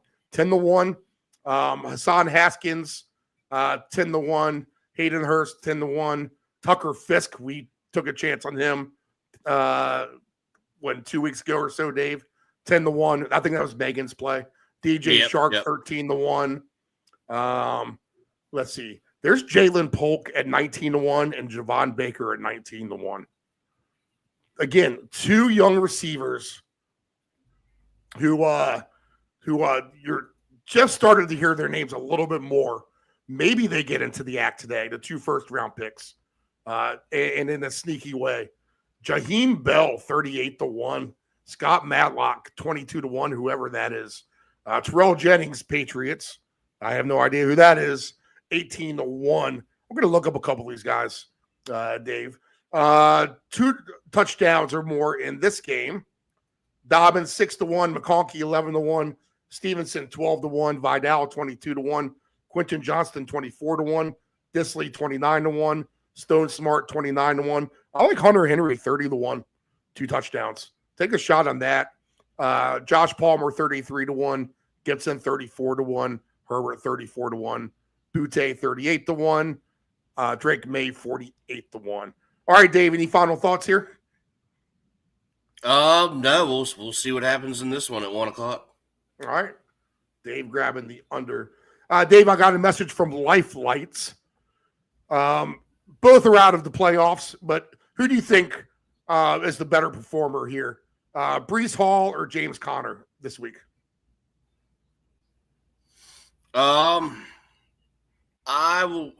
I'd like to say Connor. I think both of them are coming off injury too, right? Right. I would say Hall's a little healthier. Yeah, probably. I just like Connor a little bit more. Connor's been my man, for sure. He's been great. I think in a tough Buffalo environment, Breece Hall becomes a little bit more valuable. So I will take Breece Hall. Dave, you'll take Connor.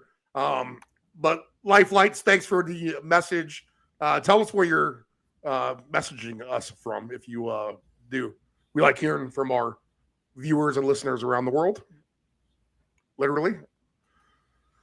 All right, nephew Dave, here's a ticket I brought up. Hunter Henry for 2 touchdowns. He was 25-1 when I took him. Now he's 30-1. I might have to rebuy this for a little more. And I'm going to add him to a man I'll talk about now, T. Higgins and his Cincinnati Bengals, where they are home team favorites of 3 points. 50.5 is the total, up from 49.5. So we have big line movement here. 4:30 Eastern kickoff this afternoon. This is an interesting game. At the end of the day, it's Joe Burrow against Bo Nix. I think that's advantage Burrow. just because he's a rookie on the road here. The Bengals fans are going to have to come loud. But I'm going to give the best unit of the 4 units, which I think is the Bengals offense, the props here that they will have enough to get by Denver at the end of the day. They'll be able to score more points on the good Denver defense than I think a good Denver offense will be able to score over a trending better Bengal defense anyway. Hopefully that makes sense. I think just a little outclassed. I think there's something about Joe Burrow sneaking into the playoffs that makes for a great storyline. That's why I'm kind of buying this today, and a big part of that happening. And the only way that it happens is if the Bengals win. I think the Broncos can show up. This could probably be a higher scoring game, but man, I would hate to see 1 or 2 of these teams get bogged down in the red zone. You get the field to flip a couple times the long way, and next thing you know, 50.5 in what feels like a playoff type of game, because it is a de facto playoff game for both of these teams. Neither one can afford to lose it. 50.5 points seems high to me. So I'm skeptical of climbing to that many. I mean, think about it. 28-21 is still under. And that's a lot of points. All right. And I could see that being the score with Cincinnati and Denver. I mean, I think 28-21 is about the perfect prediction for this type of game. So give me the Bengals in this one. I think it sneakily stays under. I think the stars come out to shine. They're going to have to. But Chase has it tough. He has Surtain.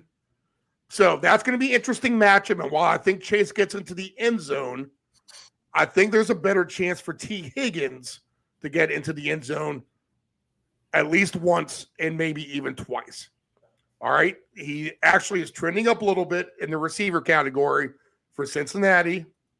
We'll hit the receiver numbers first.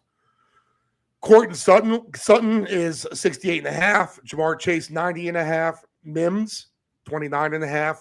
Franklin, 18.5. Valet, 27.5. Higgins, 71.5. Chase Brown, 30.5. Isis, 26.5. Gesicki, 24.5. Javonte Williams, 15.5. Lucas Kroll, 8.5. And Jaleel McLaughlin is back at 6.5. So we might get a little bit more McLaughlin. I don't see Estime on here, so he's going to be done. He had a bad injury the last time out, if I recall seeing that. The rushing numbers, let's just look at that. No, I got Estime on here. Estime 25.5. Bo Nix 20.5. Chase Brown 71.5. McLaughlin 28.5. Burrow 8.5. Man, Javonte Williams has really fallen out of favor here. Just 17.5 for his rushing total today. Quarterback prop wise, Burrow 276.5. Bo Nix 235.5. Bo Nix is at 300 yards at plus 360. Burrow for 300 yards is at a meager plus 154. Nix to throw an interception is at minus 128. I kind of like that, actually. Rookie in a tough environment. Touchdowns today. Burrow for 3 passing. I did that. Plus 154, right? Yep. No, he's plus 154 for 300 yards passing, and he's plus 154 for 3 touchdowns. Okay, that's what threw me off. And Nix is plus 320, basically for either 300 yards or the touchdowns. A little bit better payout, plus 360 at the 300 yards. All right, receiving prop wise, let's look at a couple random guys real quick. I would take a look at the Higgins alternate yards, although at 90 yards, he's just plus 172. I think 85, 90, 95 is around his cap. I think Chase is probably somewhere in that neighborhood, maybe somewhere closer to 70. And so I think you're going to get Higgins to have a little bit more. Maybe Higgins can get over 100. I think Isis is live. I think Isis is a live receiver today. He'd be a great third option against the good Denver defense. So 40 yards for ISIS is at plus 186. 50 yards is at plus 310. I like that. Gesicki, he becomes live as well. 25 yards for Gesicki is minus 110. I think that's fine. So maybe ISIS for 50, Gesicki for 25. All that pays plus 550. How about a Chase Brown receiving number? 40 yards for Chase Brown plus 164. So you can do this. Gesicki 25, Chase Brown 40, ISIS for 50, and $10 wins you $161.73. I think that's a good, fair price.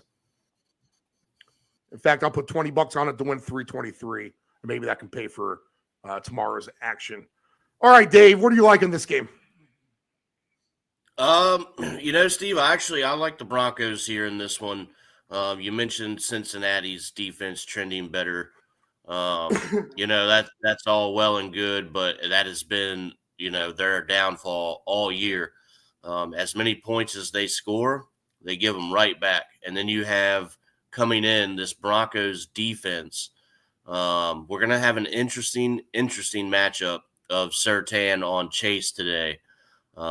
Chase as good as it gets, but so is Surtain, and I really like that Broncos defense.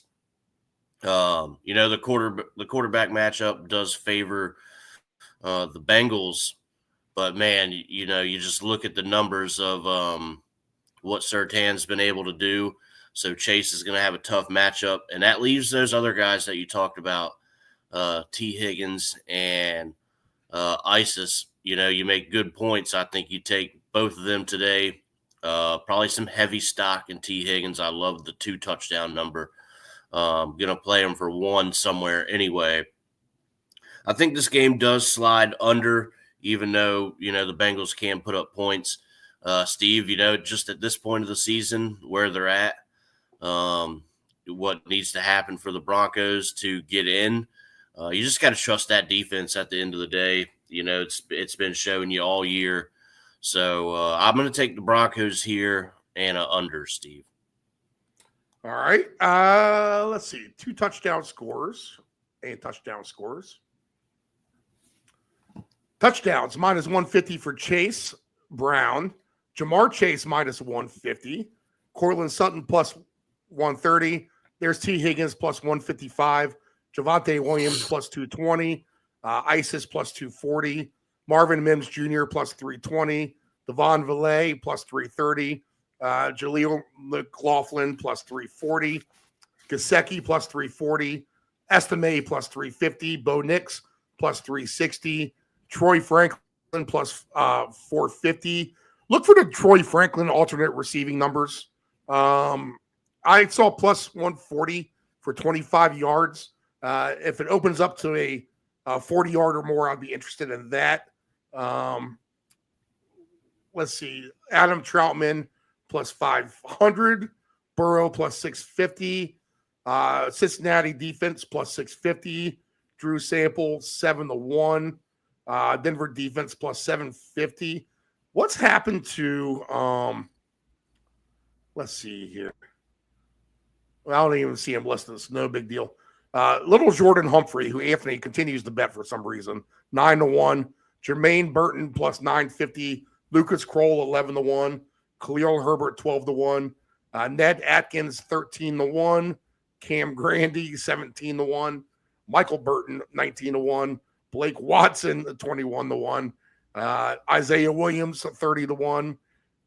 Charlie Jones, not of yesteryear, of new school, 30-1 for a touchdown. All right, 2 touchdown scores. Yes, T. Higgins at 11-1 and Hunter Henry 30-1 is an intriguing number.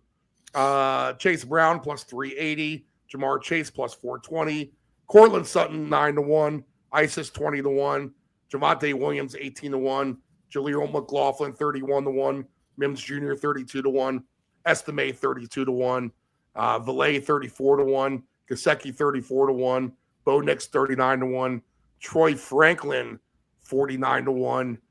The Cincinnati defense 70-1. Troutman 80-1. Burrow 95-1. All right, Dave. So you and Denver, you trust, huh? Sean Payton. Yep, I'm going with them. I think they've at least showed a little bit of why you can at this point in the season. I would say the coaching matchup edge does go to Sean Payton, to be honest. So over Zach Thomas here. So Zach Taylor. I get him confused with the Dolphins linebacker of yesteryear. And you look at the situation; it's a win and in. I'm pretty sure. So, I mean, they just got to take care of business today, and then we'll see what happens in the playoffs. It's a win and in. Yeah, they're in. It'll be interesting. Good game. All right, so we're on both sides of both of these so far, which that's what we want on the show, to be honest. All right, final game of the day. And we do have a kickoff in 7 minutes of North Carolina and UConn from Fenway Park. No Bill Belichick in the house. And that's an interesting one for you people out there today, too. You can go ahead and do, if you want something to bet on, I did the old New England 3-game parlay where I took UConn straight up. I took Boston College straight up. They have a bowl game at 2:30. And I also have the Patriots straight up all on the money line. I think that pays 18-1, 17-1. It's not like they're big underdogs either. Every one of them is less than a touchdown. So mild upsets, you would say. But a nice big payout, 18-1 for Patriots, UConn, and Boston College. Your early 3-game parlay. What do you think about that, Dave? The old Northeast parlay there. You know what? I love it. You're talking about these underdogs in the bowl games, and that's all it's been. It's been all overs. It's been all total overs, too. Yeah. And if you've been betting alternate games, over 80 points every game, you're killing it. Yeah, I mean, you're getting overs. You're getting the dogs winning.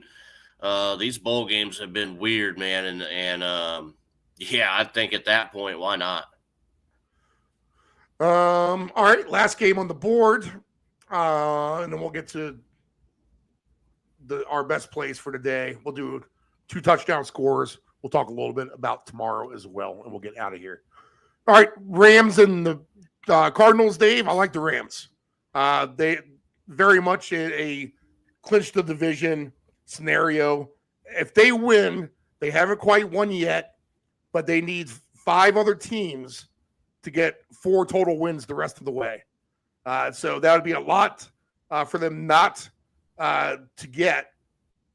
And even if they do win, then or lose, then head-to-head with Seattle next week, they can clinch with the win there. So either way you dice it, the Rams are in pretty good shape here to win the NFC West. And I think they take care of business tonight against Arizona. There's a little bit of a revenge spot. If you remember correctly, Marvin Harrison Jr. torched the Rams their last time out. They were a little banged up, but the Rams played like garbage in Arizona. I don't expect them to do that tonight. I expect them to run up the score basically on a broken Arizona Cardinals team. This has 31-13 written all over it to me. I think Kyron Williams does get a lot of running attempts because the Cardinals got killed by Chuba Hubbard last week. And I think Stafford's going to get the ball to Kupp and Puka Nacua and the supporting cast. So I think it's as easy as that. The Rams have many weapons they can work with, but do not be surprised if Kyron is the bulk of the load carrier tonight. Dave said it earlier. James Conner just has this heart, and maybe he can bring that to the table and give these guys momentum. Trey McBride still without a touchdown on the season. We'll see how much pride the Cardinals have as a very, very broken team at this point. I just think they're running into a buzzsaw right now with the Rams. It's as simple as that. A buzzsaw is going to cut you to pieces, and the Rams can do that all sorts of ways. On offense, I think Kyron Williams gets the job done.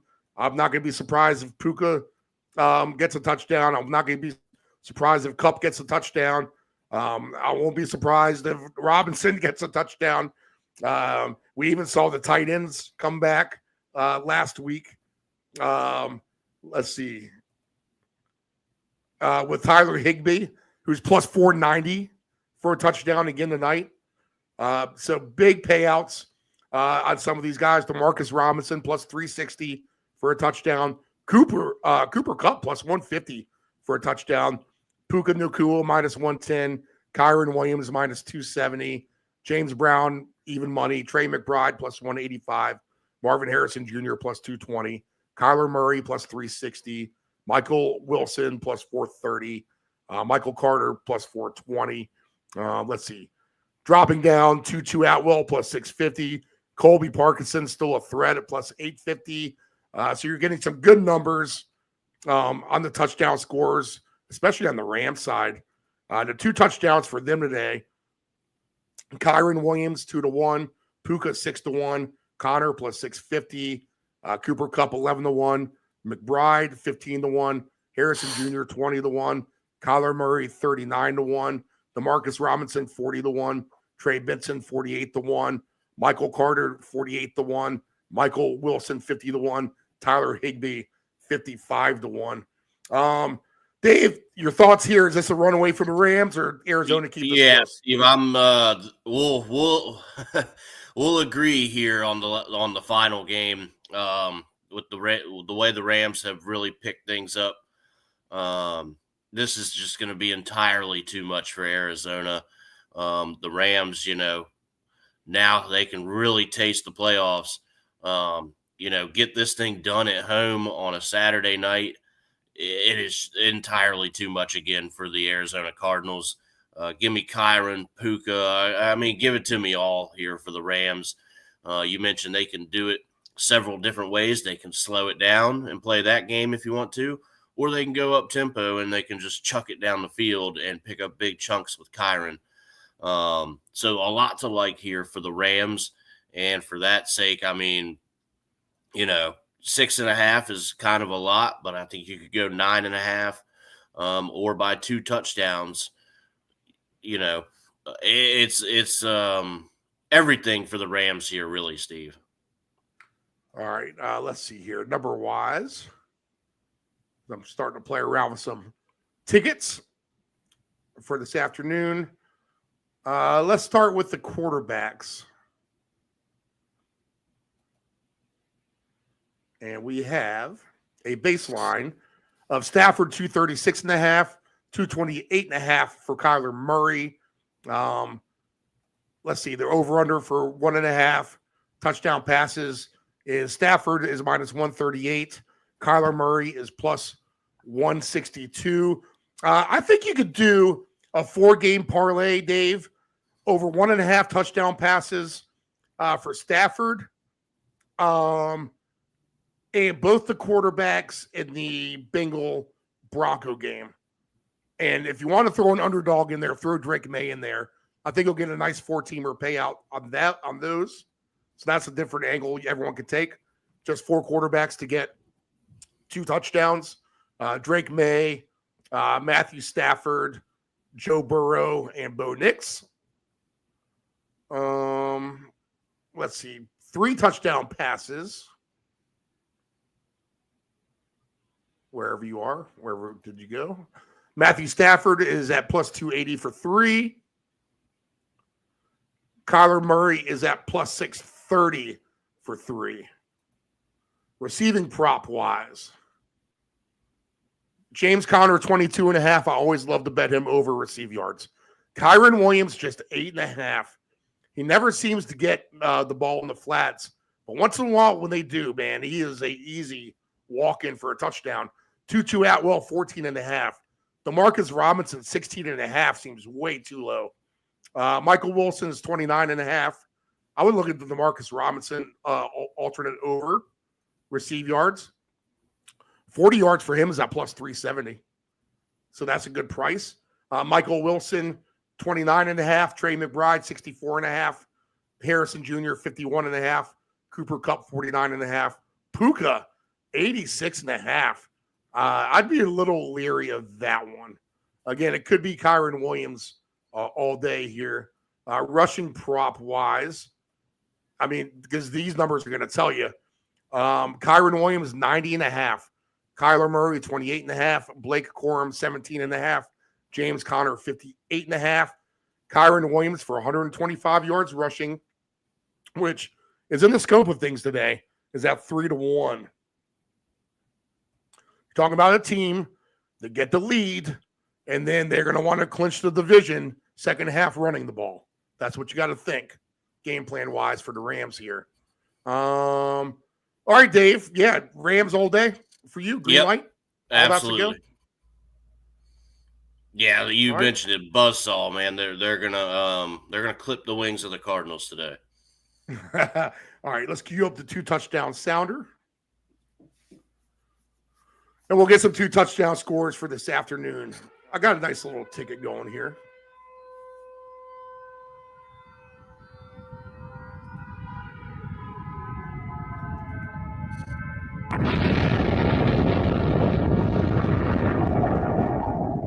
Johnny. 4 weeks. 20 papers, that's $2 plus tip. Gee, Johnny, I don't have a dime. Sorry. Didn't ask for a dime. $2. I give you 2.5 and a Rick Bell. It's a jungle out there. You got to look out for number 1, but don't step at number 2. Utah, give me 2.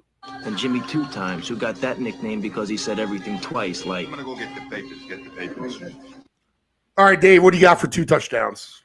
All right, we're going to go with we're going to take the long shot, Joshua Palmer today. T. Higgins, love that matchup because he's gonna be able to find some holes, I think. And Kyron Williams as the ringer.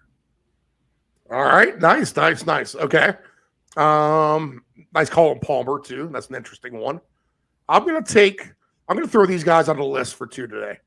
Hunter Henry, T. Higgins. If we need a Bronco, let's throw Cortland Sutton on there. Cooper Kupp. If we need a sneaky underdog for Arizona, why not Trey McBride? Because he just hasn't done it yet. He hasn't even scored 1, so this is where he'll get 2. I'll add Drake May on this ticket because he pays out big time.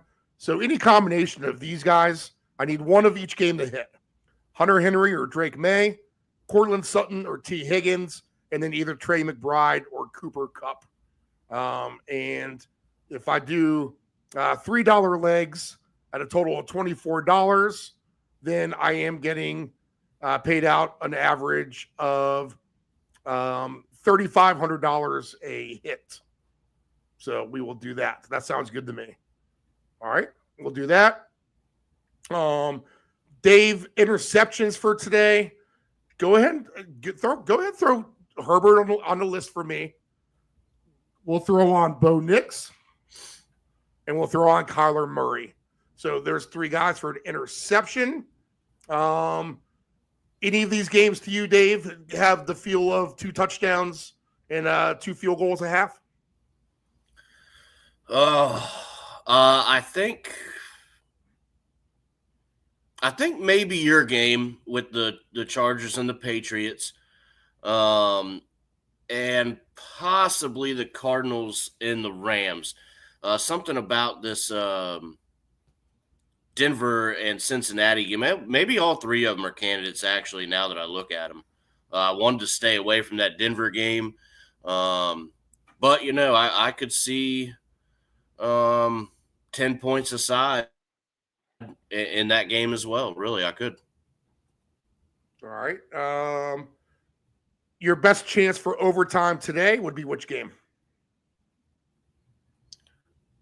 Denver. Let's go with Denver and Cincinnati. I would say Denver and Cincinnati, to me, has the best chance for overtime as well. Let's see here. And then, what are your best bets? Let's see. Best bets here. Let's go. Well, we're going to go under Chargers and Patriots. Let's go with how about this? A Denver money line plus 150, and then a Rams minus 9.5 alt spread play. All right. I like the Rams minus 9.5 on the all line. I do like that. My best plays are going to be the Patriots to win outright, Cincinnati to cover the 3 and under in that game. And I like the Rams to cover their number as well. Prop wise, let's just take a quick gander at this. And if I go, I'll start backwards first. Rams and Cardinals. I'll probably throw McBride in there for his touchdown. DeMarcus Robinson is going to be attractive to me for his touchdown. Also, what's going to be attractive to me in this game is DeMarcus Robinson over receiving yards, just at 16.5. I'll go ahead and go alternate over on that. In the Bengals and the Broncos game, I do like Higgins, but I'm going to take ISIS for a touchdown as well for the Bengals. And I might even do a sneaky two touchdown ticket on him somewhere. But ISIS plus 240 for a touchdown is nice. Higgins plus 150 is nice to me on that game. And I could see Sutton living in the moment, getting a touchdown at plus 130 as well. Receiver prop wise, look for Troy Franklin over 25 yards is at plus 138 now. I think that's fair. So I'll add him on a list. Let's see. Do I want to add ISIS on the receiver list? He's at 26.5, and I think he could easily get to like 50 today. So his number for 50 yards for ISIS is at plus 300. So him, Franklin, DeMarcus Robinson for theirs would be a good one. And then on the Patriots game, I'm going to look at all the Patriot low hangers. I mean, I don't know how you don't. And I'll do some sort of alternate number on, Ramondre Stevenson for 25 yards is going to be a good one, I think. I would take a look at Hunter Henry to get like 60 yards today. He could even get 70, but 60 yards is at plus 235. So if you do Stevenson, Henry, and then those two other guys I just mentioned, you're going to get a nice payout. So that would be Henry. That would be Ramondre Stevenson. That would be DeMarcus Robinson. That would be Troy Franklin. And I think that's it. Did I have one other guy in there? Oh, ISIS at 50 yards or more as well, I think is a good one. All right. Good random quartet of receivers. That's going to be a nice big payout off $10. All right, Dave, what are you going to be looking for tomorrow? Any key bullet points for tomorrow for you? Still thinking about Let's see here. Let's pull up. Yeah, still thinking about it. I think we got some matchups here that are going to need a little bit of thought, and I'll do that throughout the day. Yeah, Steve, I mean, you got the Cowboys and the Eagles. That's going to end up being a more interesting game than you think with Hurts being out. Kenny Pickett is starting for them. Now, if they end up losing that game to the Cowboys and Washington can take care of business, then that makes Week 18 very, very interesting. Whereas if Washington can beat Dallas and Philly loses again, Washington has a chance still, slim as it may be, to win that division. So we'll be keeping an eye on that game there in the lounge, I'm sure.